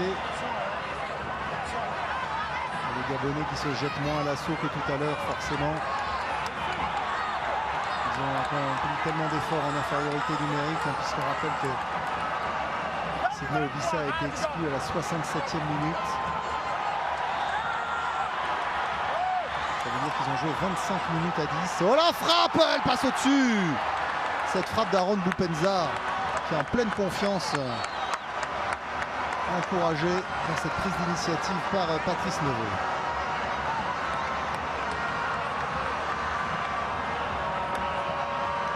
Issa Traoré.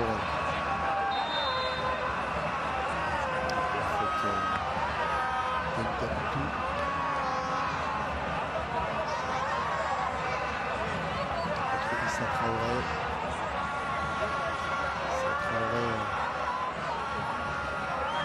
Peut combiner avec Abdul Tapsoba bousculé tout à l'heure. Il y avait eu pénalty pour une situation à peu près semblable. On a le sentiment qu'il ne va plus siffler ce genre de décision. Monsieur Redouane Djihad, on rappelle le pénalty qui avait été manqué. Alors là on était hors de la surface. On n'a pas sifflé de coup franc non plus. Monsieur Redouane Djihad qui a déjà distribué énormément de cartons, on le rappelle.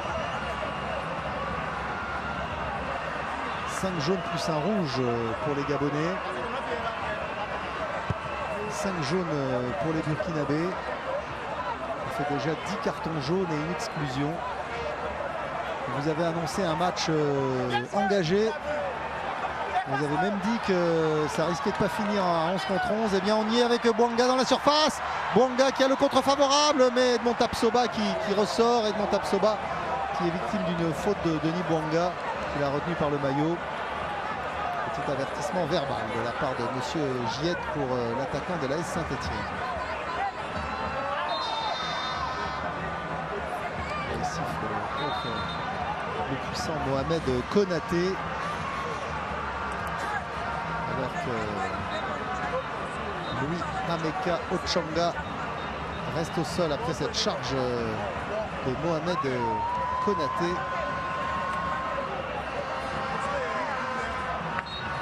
91 pour l'attaquant du Ahmat de Grozny en Russie.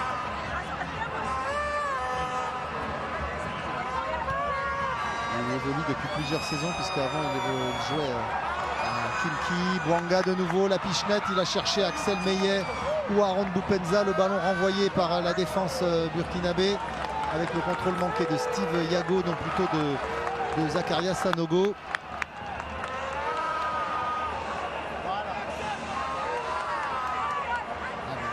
Les Gabonais y croient en leur bonne étoile, ils l'ont d'ailleurs toujours cru et leur entraîneur Patrice Neveu a vraiment tout fait pour les y faire croire malgré les mauvais signes qui s'abattaient sur cette sélection. Les cas de Covid, la mise à l'écart de Pierre-Emerick Aubameyang et de Mario Lemina. Problème interne à la fédération.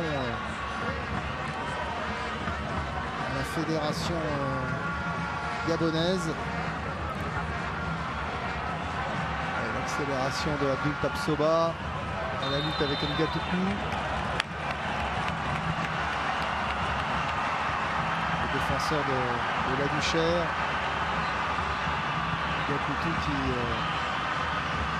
obtient le renvoi au 6 mètres. Ce duel à disputer.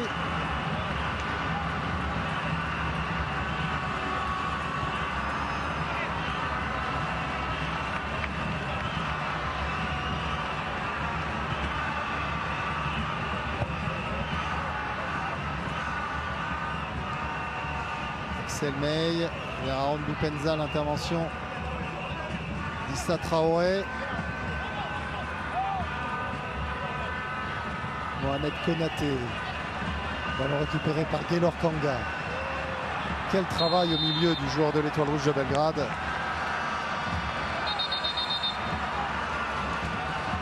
Il fait un match absolument énorme pour sa 56e sélection avec les Panthères du Gabon.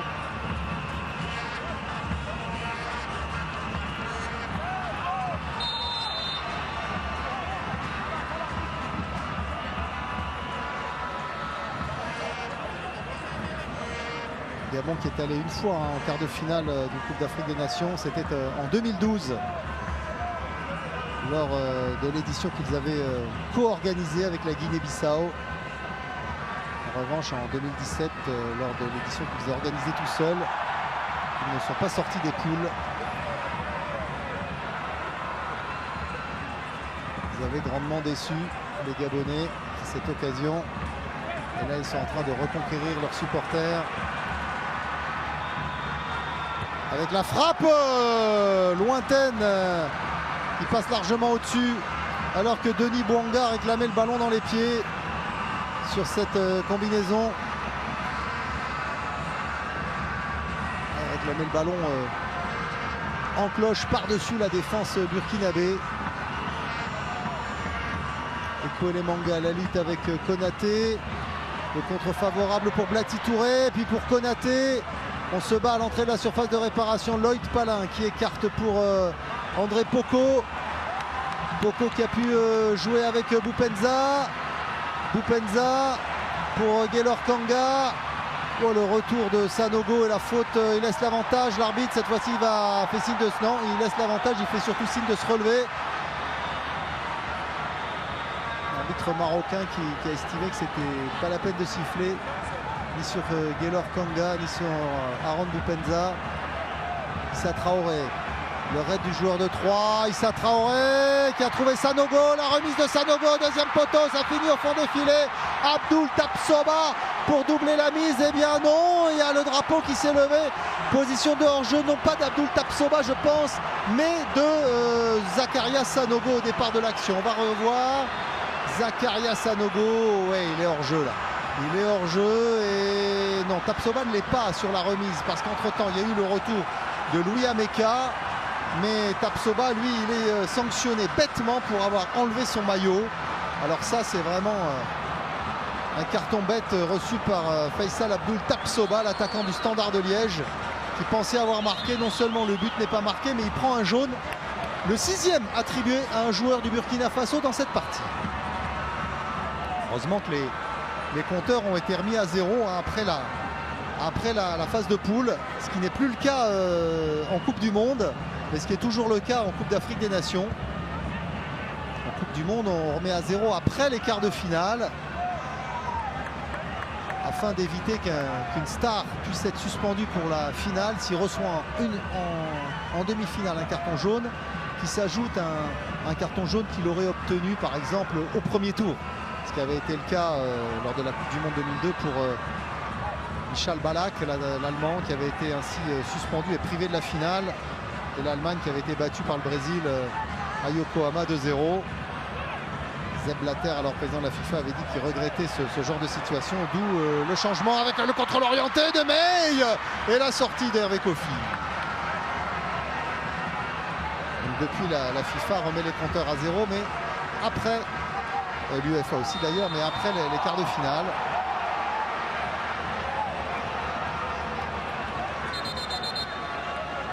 Le coup franc sifflé par monsieur Redouane Jied, qui a de plus en plus de mal à tenir les 22 acteurs et qui est obligé de rappeler à l'ordre l'un des adjoints de Patrice Neveu. Attention parce qu'il va y avoir un carton pour gardien remplaçant du Gabon qui est averti.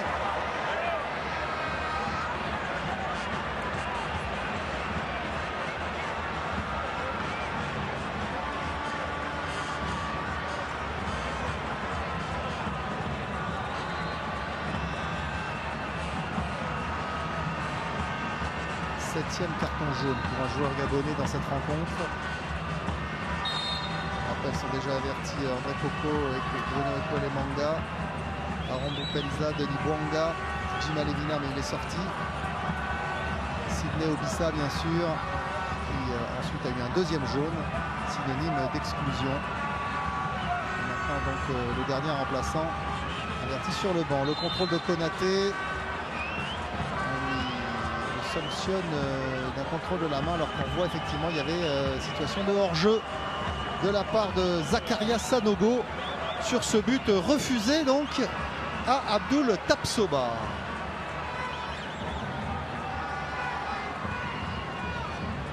On en est à un partout au niveau des buts refusés pour hors-jeu.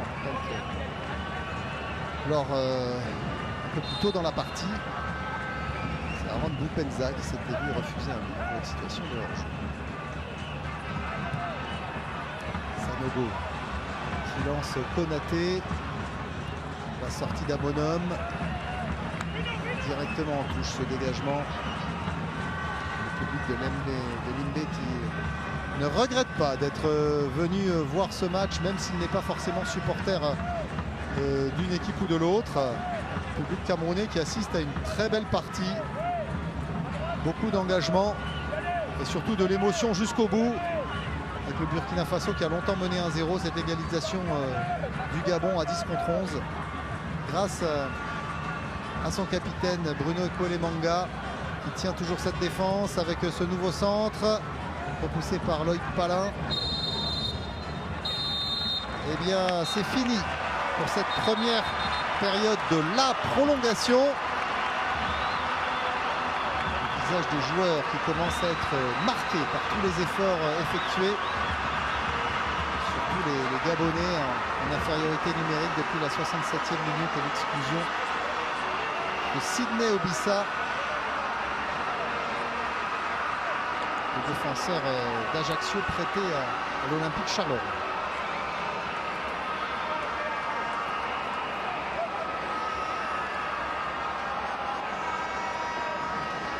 Alors, on a vu que la réalisation avait donné le but égalisateur du Gabon à Adama Guira contre son camp. On sait qu'on préfère toujours donner les buts aux attaquants, mais bon. Guira est l'auteur, eh bien ce ne sera donc pas Bruno Ekwelemanga qui aurait ainsi marqué son 10e but sous le maillot des Panthères du Gabon. Alors, Patrice Neveu, est-ce qu'il peut procéder encore à un remplacement? Oui, bien sûr, Patrice Neveu. Le problème, c'est qu'il n'a pas grand monde sur le banc.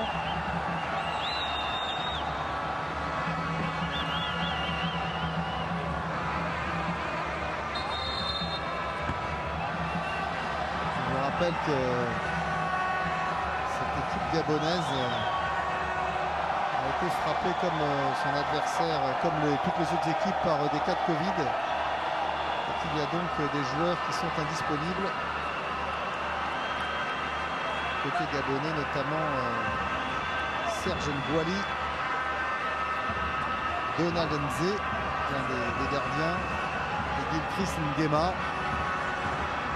En plus, bien sûr, on rappelle de Pierre-Emerick Aubameyang et de Mario Lemina qui sont officiellement repartis pour des problèmes liés aux suites du Covid, ce qui a depuis d'ailleurs été démenti par les examens qu'ils ont réalisés à leur retour, en tout cas en ce qui concerne Pierre-Emerick Aubameyang à son retour en Angleterre. On s'en réjouit d'ailleurs qu'il n'y ait pas de problème, de véritable problème de santé pour lui. On sait que les véritables problèmes en ce qui concerne PEA sont ailleurs.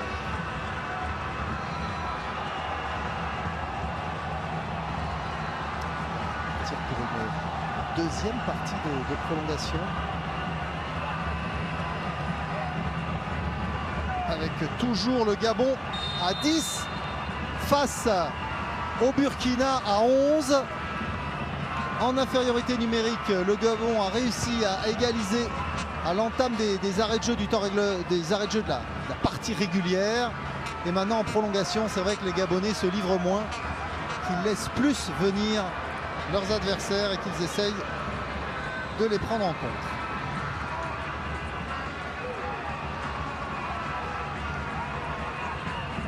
Pour le moment, on a vraiment une partie totalement indécise, comme on pouvait s'y attendre d'ailleurs, entre deux formations qui avaient terminé deuxième de leur poule. Avec ce centre un peu fort. Oh, la reprise à Monam sur la trajectoire pour sauver cette première occasion de la deuxième partie de prolongation pour le Burkina. Jean-Noël Amonam à nouveau sollicité cette fois-ci, il est bien placé.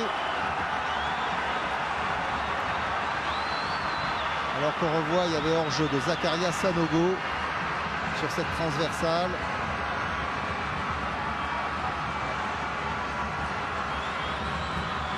C'était Konaté qui s'était précipité au deuxième poteau.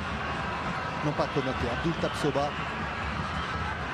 pour reprendre ce centre de Zakaria Sanogo. Les deux attaquants de côté qui ont permuté, là, les deux attaquants remplaçants du Burkina qui ont permuté. Donc toute l'attaque du Burkina Faso a été changé par Malo déjà au cours de la deuxième période, et sorti de Bertrand Traoré, d'Hassan Bandé, de Gustavo Sangaré et de Dango Ouattara, remplacé par Zakaria Sanogo, Mohamed Konaté, Saïdou Simporé et Abdoul Tapsoba. Voilà désormais le quatuor d'attaque du côté burkinabé. Pour le moment, c'est vrai que on voit qu'il y a quand même une différence de niveau entre les titulaires et les remplaçants, parce que même si ce n'est pas l'envie qui leur manque, il y a des carences dans la réalisation et les burkinabés continuent d'aller de l'avant. Avec Saïdou Simporé, le centre, en cherche Konaté et l'intervention d'Ekwele Manga pour encore une fois sauver le Gabon.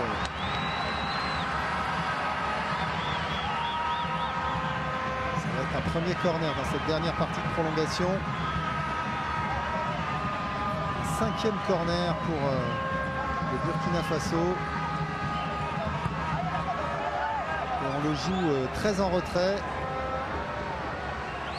Tapsoba, il y a un retour de position de hors-jeu, bien sûr, c'est pour ça que Saïdou Simporé laisse filer ce ballon, pas très bien négocié ce corner par les étalons du Burkina.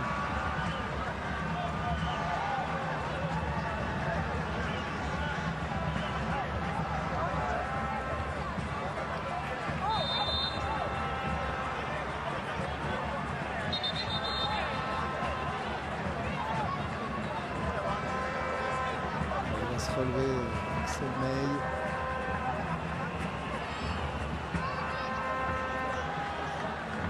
Ce choc avec Adam Aguirre.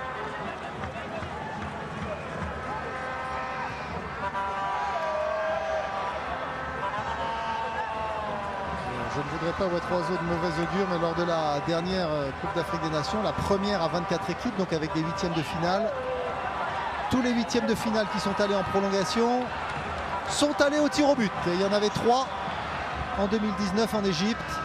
On va voir si une différence peut être faite dans cette prolongation, avec toujours les Burkinabés en supériorité numérique qui font l'effort, et Abdoul Traoré à la lutte avec Louis Ameka Ochanga. Normalement la première faute elle est commise par Louis Ameka sur Abdoul Traoré. C'est pas ce qu'a vu monsieur Redouane Djiyet.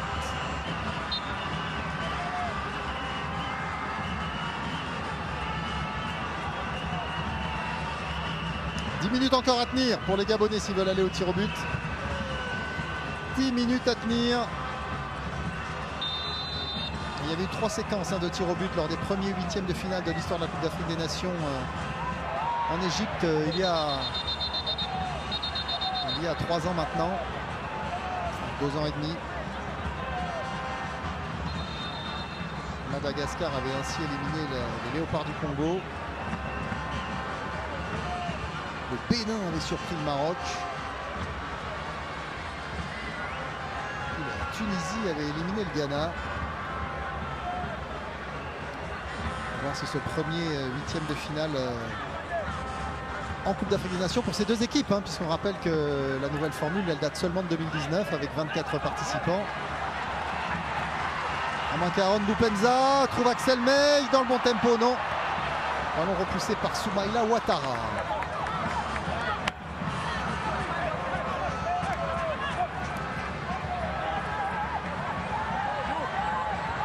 Les Gabonais qui repartent, pas de faute, estime monsieur Zied. Beaucoup de fatigue de part et d'autre, alors que Blati Touré, qui a fait énormément d'efforts, a du mal à se relever. Le joueur du club suédois d'Eskilstuna, qui présente la particularité d'être né en Côte d'Ivoire, et c'est pas le seul dans cette équipe du Burkina. Il y a un autre joueur qui est né en Côte d'Ivoire, c'est Mohamed Konaté, l'avant-centre rentré tout à l'heure. Lui aussi est né en Côte d'Ivoire avant de rejoindre les étalons. On revoit cette action Blati Touré se tire le genou. l'impression qu'il y a eu un gros choc, mais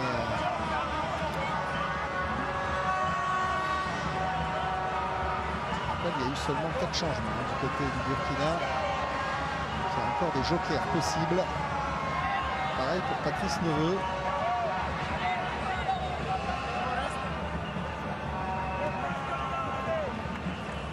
Patrice Neveu qui a remplacé Jima Levina, Alex Musunda dès la mi-temps, Anthony Oyono de Boulogne-sur-Mer et Johan Obiang de Rodez.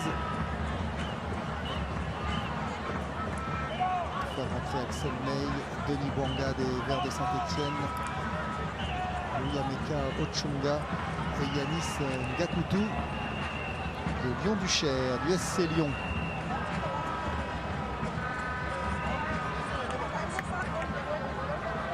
Les Gabonais à 10 qui continuent de contenir les offensives burkinabés dans cette prolongation. Avec justement Ngakoutou qui ressort bien ce ballon.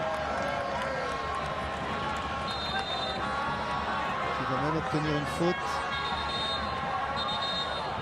On s'accroche entre Gaylor Kanga et Zakaria Sanogo.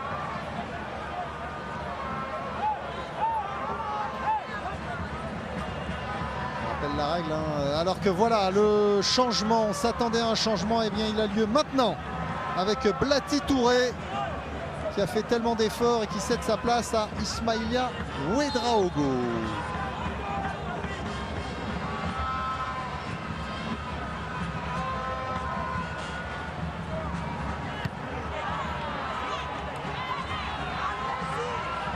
Bupenza avec Bouanga, le contre pas favorable, ballon touché de la main et ballon rendu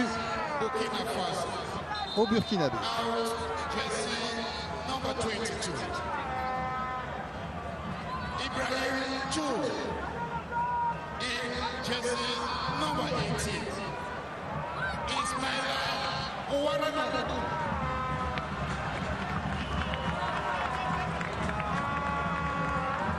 Ismaïla Ouedraogo, né il y a 22 ans à Ouagadougou, qui joue pour le PAOK de Salonique en Grèce.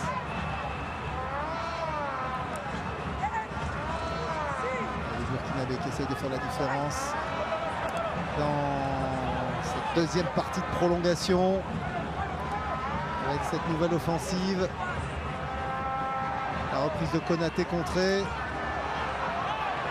avec Guira, la frappe d'Adama Guira, ballon qui revient, oh là, sauvetage d'un bonhomme encore sur sa ligne, sur cette frappe à bout portant, et les supporters gabonais qui ont fait le déplacement jusqu'à Limbé, qui forcément applaudissent à l'intervention décisive du gardien d'Amazulu. Encore des Burkinabés. Ils sont quand même au bord de la rupture, les Gabonais. Ceci dit, ils le sont depuis longtemps déjà. Je te rappelle qu'ils ont pris un but en contre à la 28e minute. Il y a eu plusieurs occasions pour les Burkinabés de faire le break. Et les étalons n'y sont pas parvenus. Et que depuis, bien, cette formation du Gabon s'accroche, parce que réduite à 10 depuis la 67e minute, elle a déjà trouvé l'énergie d'aller égaliser, d'arracher la prolongation avec Konaté. La remise de Konaté, le dégagement de Palin. Gaylor Kanga avec André Poko. André Poko pour son capitaine Bruno Ekwelemanga. Le dégagement de l'auteur, enfin ça ne lui a pas été attribué finalement, le but égalisateur à l'entame des arrêts de jeu, finalement attribué à Adama Guira contre son camp. Avec Ngakoutou pour Bupenza. Bupenza qui va rentrer dans la surface. Le centre de Bupenza. Oui, mais il n'y a personne pour reprendre. Il n'en peut plus, Bupenza. Vous voyez, il a fait signe. Il n'y arrive plus. Et le long dégagement à Monhomme qui est bien sorti au devant de Konaté. Ce qui a bien soulagé la charnière Lloyd Palin, Bruno Ekwelemanga. 4 minutes encore dans cette prolongation, les Gabonais à 10 contre 11 qui continuent d'attaquer avec Gaylor Kanga. Gaylor Kanga vraiment inépuisable aujourd'hui avec André Poko, le duo qui a régné sur le milieu de terrain malgré cette infériorité numérique. Ngakoutou qui centre contré, ça va être une touche pour le Gabon.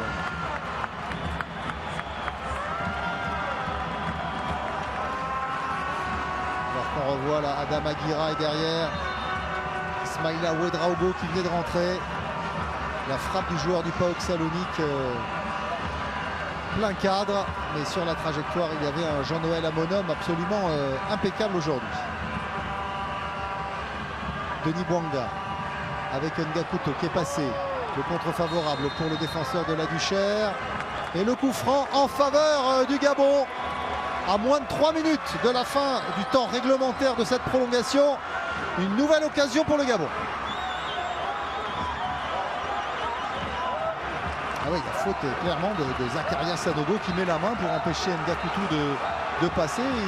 Il aurait pu d'ailleurs prendre un carton jaune sur cette action. Denis Bouanga, alors là, du côté burkinabé, évidemment, on est extrêmement vigilant. C'est sur un coup de pied arrêté que les Gabonais sont venus arracher la prolongation en toute fin de partie. Denis Bouanga pour le frapper. Est-ce que les Panthères vont aller griffer et éviter la prolongation, la séance de tir au but? Denis Bouanga. C'est repoussé par la défense des Burkinabés.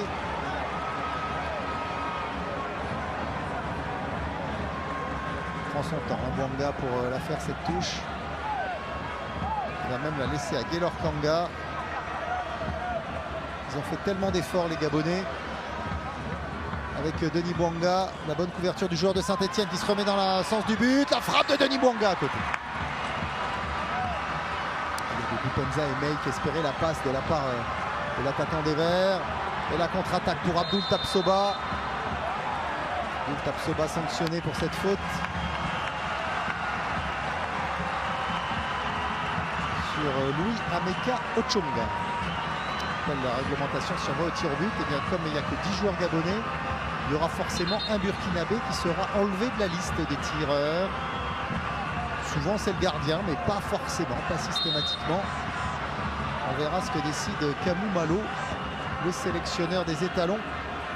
Alors que Jean-Noël Amonum lui est chaud pour la séance de tir au but avec tout ce qu'il a eu à faire comme intervention lors des dernières minutes.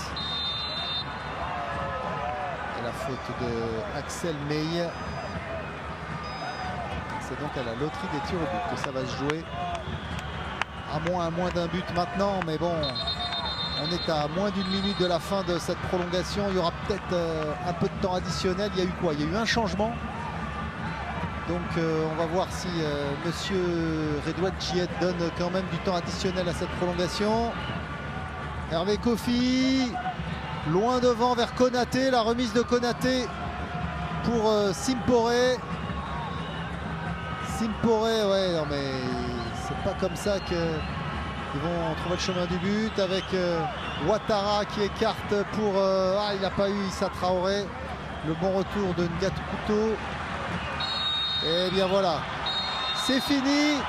Première séance de tir au but de cette Coupe d'Afrique des Nations qui confirme la règle que lorsqu'on va en prolongation, en huitième de finale de la CAN, eh bien 4 fois sur 4 maintenant, on va au tir au but.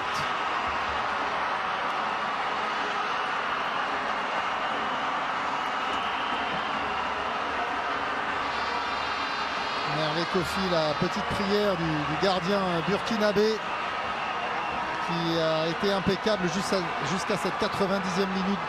Et ce corner sur lequel Bruno Ekwele Manga est venu placer sa tête.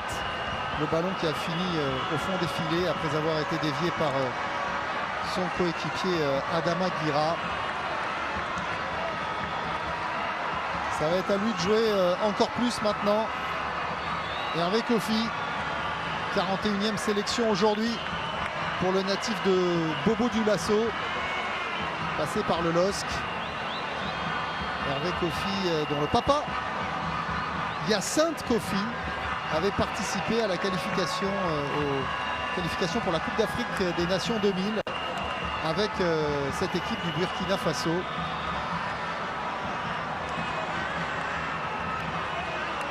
Un 2000, le Burkina Faso qui était allé à la CAN et qui n'avait pas franchi le premier tour. Plus belle performance des étalons dans cette compétition, ça reste les demi-finales. En 1998, il l'avait organisé sous la coupe de Philippe Troussier, et puis bien sûr la finale en 2013 et de nouveau la demi-finale en 2017 lors de la Coupe d'Afrique des Nations organisée au Gabon, justement, là où les Panthères, lors de cette édition-là, n'avaient pas franchi le premier tour.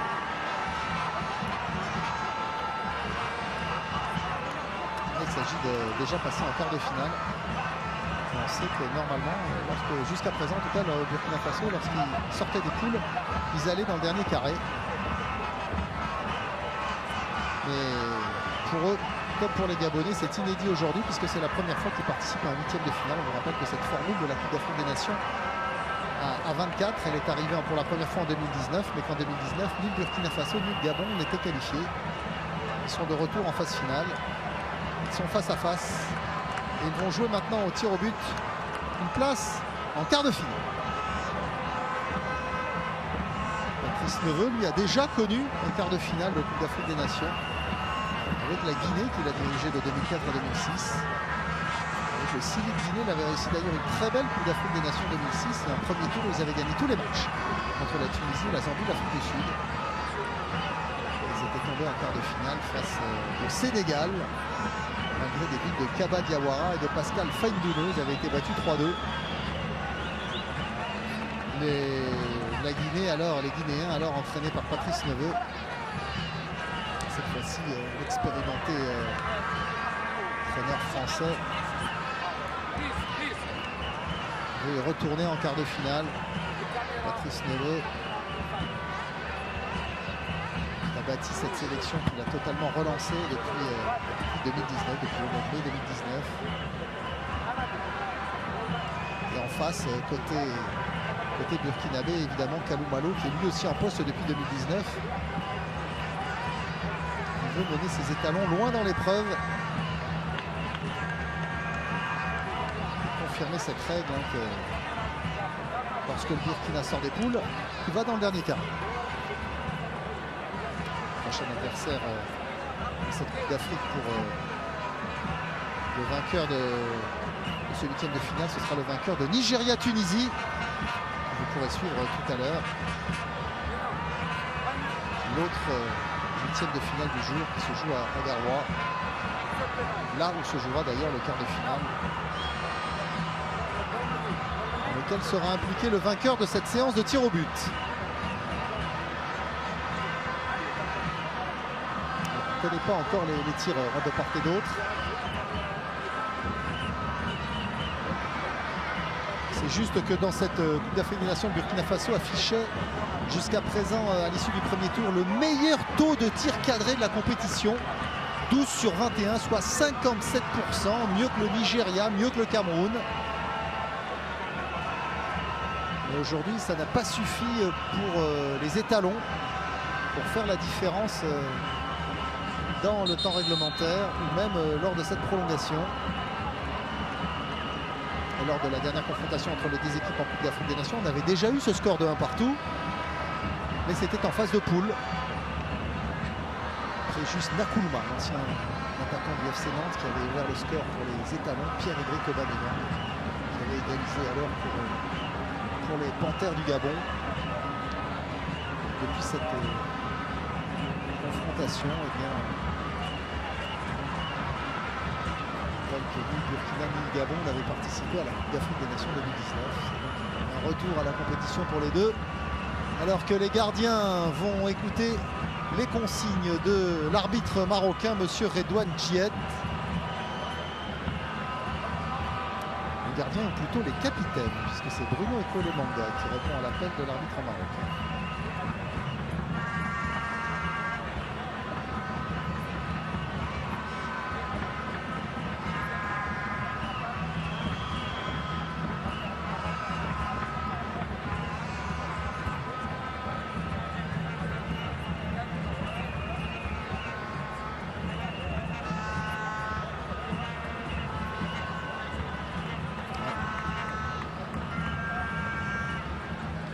Kofi qui a l'air assez serein. Et donc, c'est un spécialiste des tirs au but, le gardien de Charleroi. Il a été un peu moins sollicité au cours de cette partie, quoique c'est le Gabon qui avait dominé 60% de possession de la part du Gabon lors du temps réglementaire. On n'a pas eu les statistiques à l'issue de la prolongation.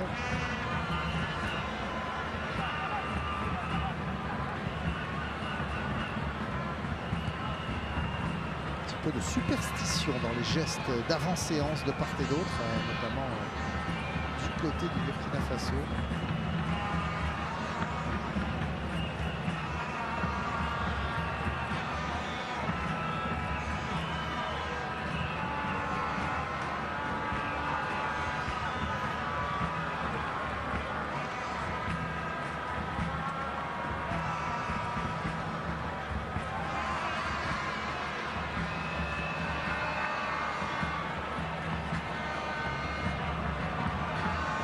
Côté burkinabé en tout cas,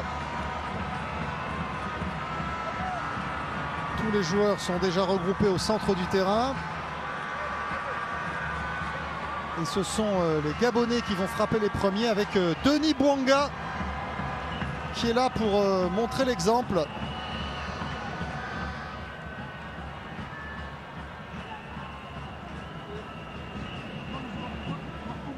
Voilà, c'est maintenant monsieur Redouane Chiette qui rappelle la règle aux deux gardiens.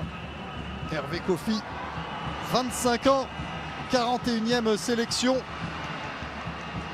pour le Burkina.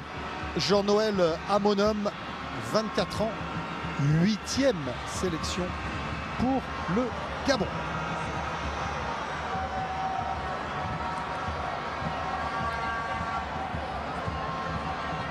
Denis Bouanga, l'expérimenté attaquant de Saint-Etienne, pour s'élancer en premier face à Hervé Kofi. Denis Bouanga face à Hervé Kofi. Denis Bouanga qui prend Hervé Kofi à contre-pied et qui met le Gabon dans une situation idéale pour la plus grande joie des supporters des Panthères.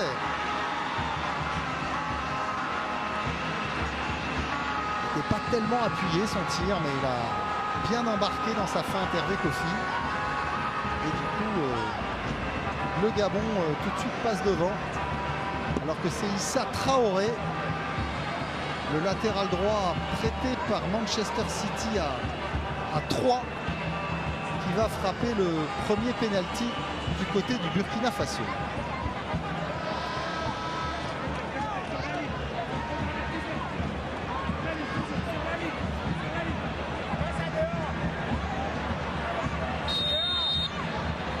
Traoré qui s'élance. Oh, il a bien placé. Il a très bien placé son tir, Issa Traoré. Il a bien ouvert son pied, mais il l'a bien placé dans la lucarne. Impossible à aller chercher pour Jean-Noël Amonum.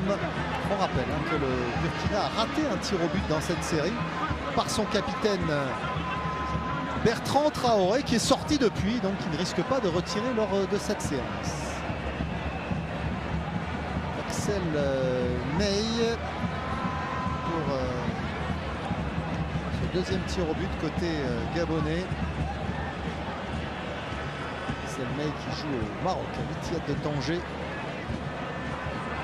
29e sélection pour lui aujourd'hui. Pareil, il est rentré en cours de match, il doit être un peu moins fatigué que les autres. Axel May, la petite feinte, il s'élance et il prend un contre-pied Hervé Kofi. Pour la plus grande joie, encore une fois, du public gabonais présent dans ce stade de Lembe. Ah, il a tout fait là à Kofi May. D'ailleurs, on se demande, là on voit le gardien burkinabé qui regarde l'arbitre pour savoir si toutes les petites feintes qu'a fait Axel May étaient réglementaires, mais le pénalty est bien validé. Et c'est maintenant le défenseur Soumaïla Ouattara qui a été titularisé au dernier moment à la place de Issoufou Dayo, touché au mollet. Soumaïla Ouattara qui qui va frapper ce tir au but. Soumaïla Ouattara qui s'élance doucement et qui le place au ras du poteau. On a cru que Jean-Noël Amonum allait le sortir. Il n'était pas loin, hein, le gardien gabonais. Sur cette frappe de Soumaïla Ouattara, il part du bon côté. Ah, il l'effleure du bout du gant. Et Soumaïla Ouattara l'avait bien placé au ras du poteau. Il est grand, hein, Jean-Noël Amonum, 1m86. Forcément, il prend de la place dans le but.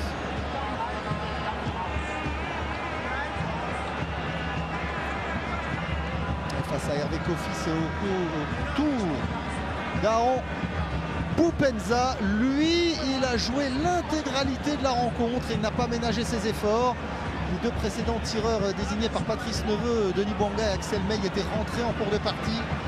Lui, il a fait des efforts considérables. Aaron Boupendza.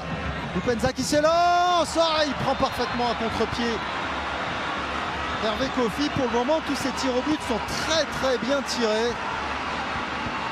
Et à chaque fois, Hervé Kofi est embarqué du mauvais côté par les tireurs gabonais.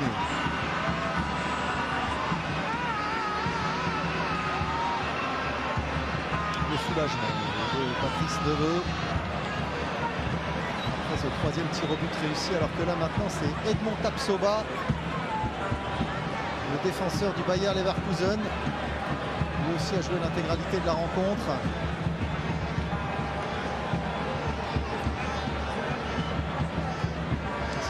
Face à Jean-Noël Amonum. Edmond Tapsoba face à Jean-Noël Amonum pour le 6e tir au but de cette série. Amonum qui est pris à contre-pied par Tapsoba. Pour le moment, c'est un sans faute de part et d'autre. On en est à 3 partout. Vraiment une série parfaitement préparée des deux côtés. Les tireurs qui ne laissent vraiment aucun espoir. S'il y a eu Jean-Noël Amonum sur la frappe de Soumaïla Ouattara qui était pas loin, mais sinon pour le moment c'est un sans faute dans la façon d'exécuter les frappes, alors que Gaylor Kanga se présente à son tour. Lui aussi a fait un effort considérable pendant plus de 120 minutes. Gaylor Kanga face à Hervé Kofi. Le terrain de l'Étoile Rouge de Belgrade. Il s'élance, Gaylor Kanga. Oh, il est repoussé. Gaylor Kanga, la petite feinte. Et cette fois-ci, Hervé Kofi est parti du bon côté. On vous avait dit que c'était un spécialiste des tirs au but. Et cette fois-ci, il a parfaitement sorti cette frappe de Gaylor Kanga. Ouais, voilà, il part du bon côté. Les petits pas de Gaylor Kanga n'ont pas trompé Hervé Kofi. Il s'est détendu du bon côté et maintenant eh bien, le Burkina peut passer devant à condition que le prochain tireur transforme évidemment. Et le prochain tireur c'est Saïdou Simpora, le milieu de terrain du Ittihad d'Alexandrie, le club égyptien. Simpora qui est rentré en cours de partie, il est donc a priori un peu moins fatigué que les autres. On va voir si Jean-Noël Amonum arrive à remettre le Gabon dans la course. Voilà, c'est au-dessus. C'est manqué aussi par Simpora. Il a frappé trop fort. Et son ballon qui part au-dessus de la transversale du but défendu par Jean-Noël Amonum. Quelle rencontre. L'espoir qui revient à nouveau dans le camp gabonais.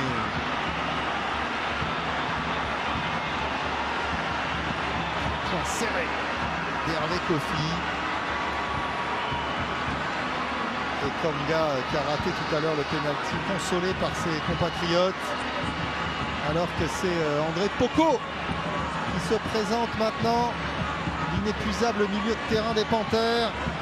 André Poko qui va prendre ses responsabilités, lui qui honorait aujourd'hui sa 70e sélection à 29 ans sous le maillot gabonais. Le milieu de terrain de l'Altaï d'Izmir qui prend son temps. Pas se précipiter face à Hervé Kofi. André Poko qui s'élance. André Poko. Oh, ce ballon, il a été touché, il semble, par Kofi.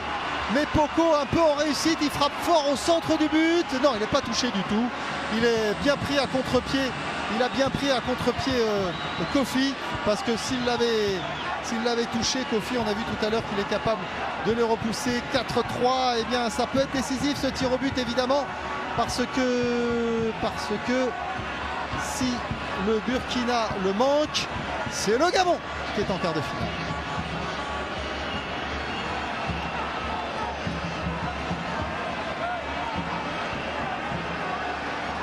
Pour le frapper, ce dernier tir au but face à Jean-Noël Amonum, c'est Steve Yago, l'expérimenté défenseur de Toulouse et de Caen, qui est maintenant en Chypre à l'Aris de Limassol. Steve Yago, 62e sélection aujourd'hui. Steve Yago, c'est au fond. Eh bien, on passe maintenant à ce qu'on appelle la mort subite. 4 partout à l'issue de la première séance. On va continuer. Et le premier qui rate est éliminé. C'est ainsi que ça se passe désormais dans cette séance de tir au but.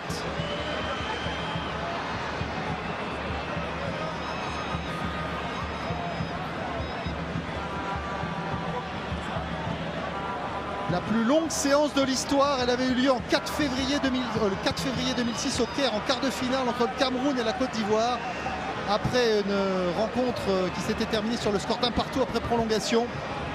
Elle s'était finie sur le score de 12-11 en faveur de la Côte d'Ivoire face au Cameroun. Bruno Ekwelemanga. C'est touché par Hervé Kofi, mais ça finit quand même au fond.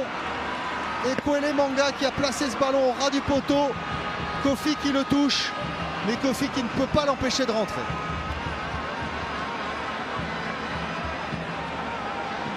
Et les applaudissements de Patrice Neveu pour son capitaine héroïque aujourd'hui, alors que du côté du Burkina, c'est Adama Guira, le milieu de terrain du club espagnol de Racing Rioja, qui va s'élancer lui aussi. Il a joué les 90 minutes. Adama Guira.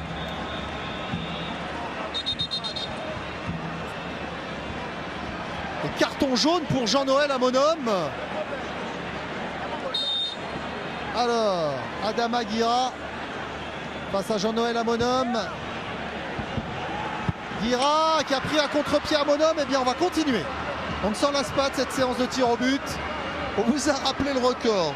12-11 pour la Côte d'Ivoire de Didier Drogba contre le Cameroun de Samuel Eto'o. D'ailleurs, Samuel Eto'o qui avait loupé son deuxième tir au but, et Didier Drogba qui avait réussi le sien pour envoyer la Côte d'Ivoire en demi-finale, les Ivoiriens qui avaient échoué ensuite en finale face à l'Égypte. C'est Louis Ameka Ochunga qui se présente maintenant. Lui, il est rentré en cours de match.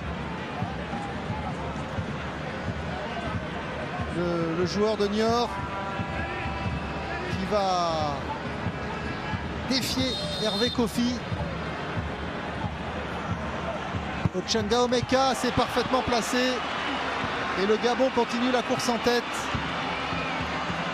Pour le moment, Hervé Kofi a fait un arrêt, on le rappelle, sur la frappe de Gaylor Kanga, mais derrière, Saïdou Silporé a frappé au-dessus du but de Jean-Noël Amonum.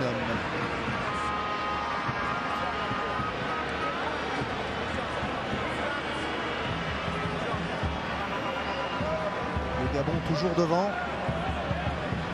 alors que c'est le puissant Mohamed Konaté, l'attaquant du club russe d'Akhmat Grozny, qui va s'élancer. Mokonaté face à Jean-Noël Amonum. Mokonaté, pas beaucoup d'élan, il le place au ras du poteau, parfaitement frappé. Ce penalty par l'attaquant burkinabé. Jean-Noël Amonum était pourtant parti du bon côté, il est grand, 1m86, mais un penalty fort au ras du poteau, c'est inarrêtable. Il espérait tant un exploit de son gardien, Patrice Neveu. Et maintenant, c'est à nouveau, et c'est le petit nouveau Yanis Ngakouto.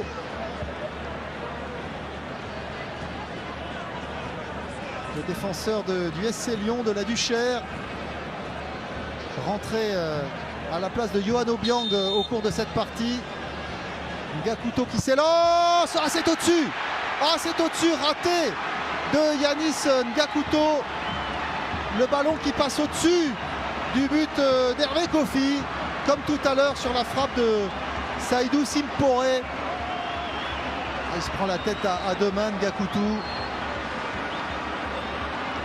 La mine défaite de Patrice Neveu. Alors bien sûr, c'est pas terminé, hein. Il peut encore y avoir un exploit.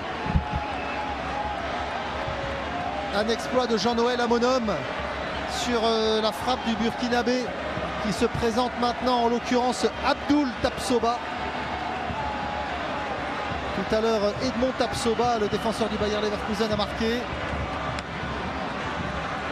Est-ce que Abdoul Tapsoba va envoyer le Burkina Faso en quart de finale?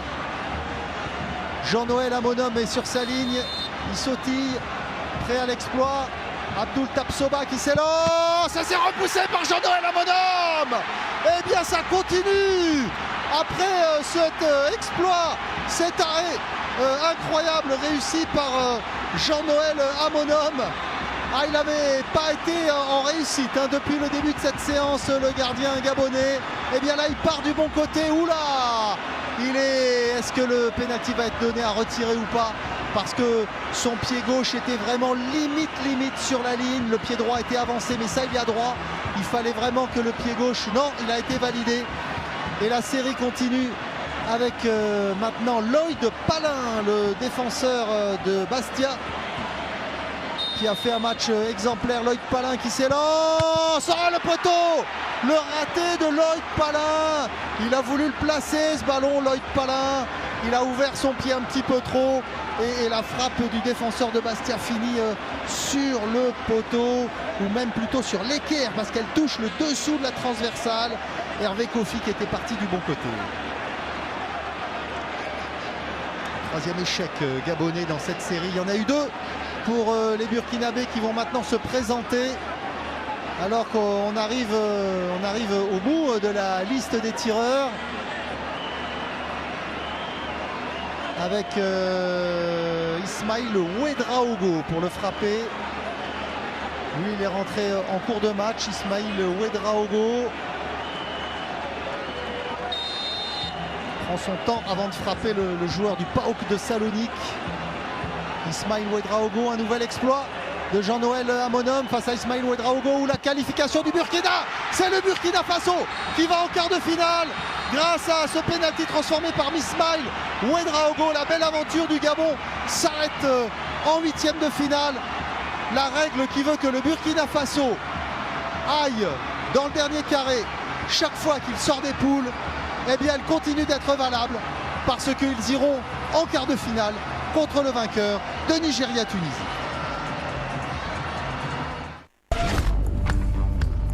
YSTV. Buzz.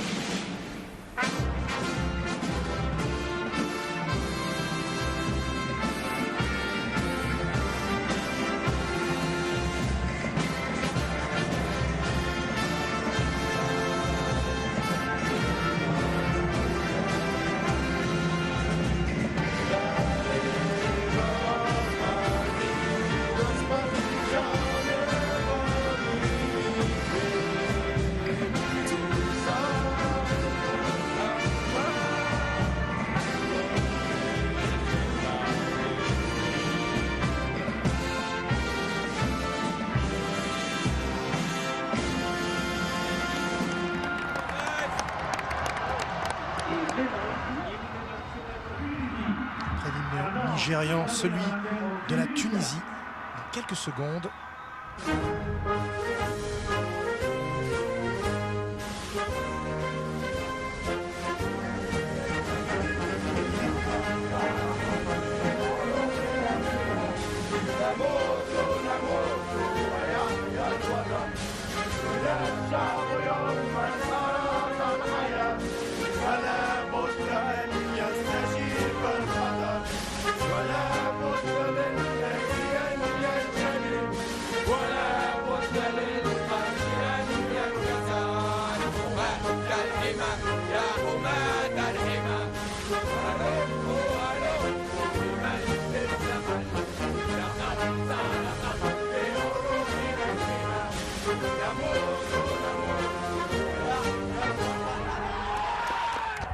Un hymne repris en chœur, bien entendu, par cette équipe des Aigles de Carthage, une équipe extrêmement, on va dire, affaiblie par les cas de Covid. Il en reste encore 7 dans cette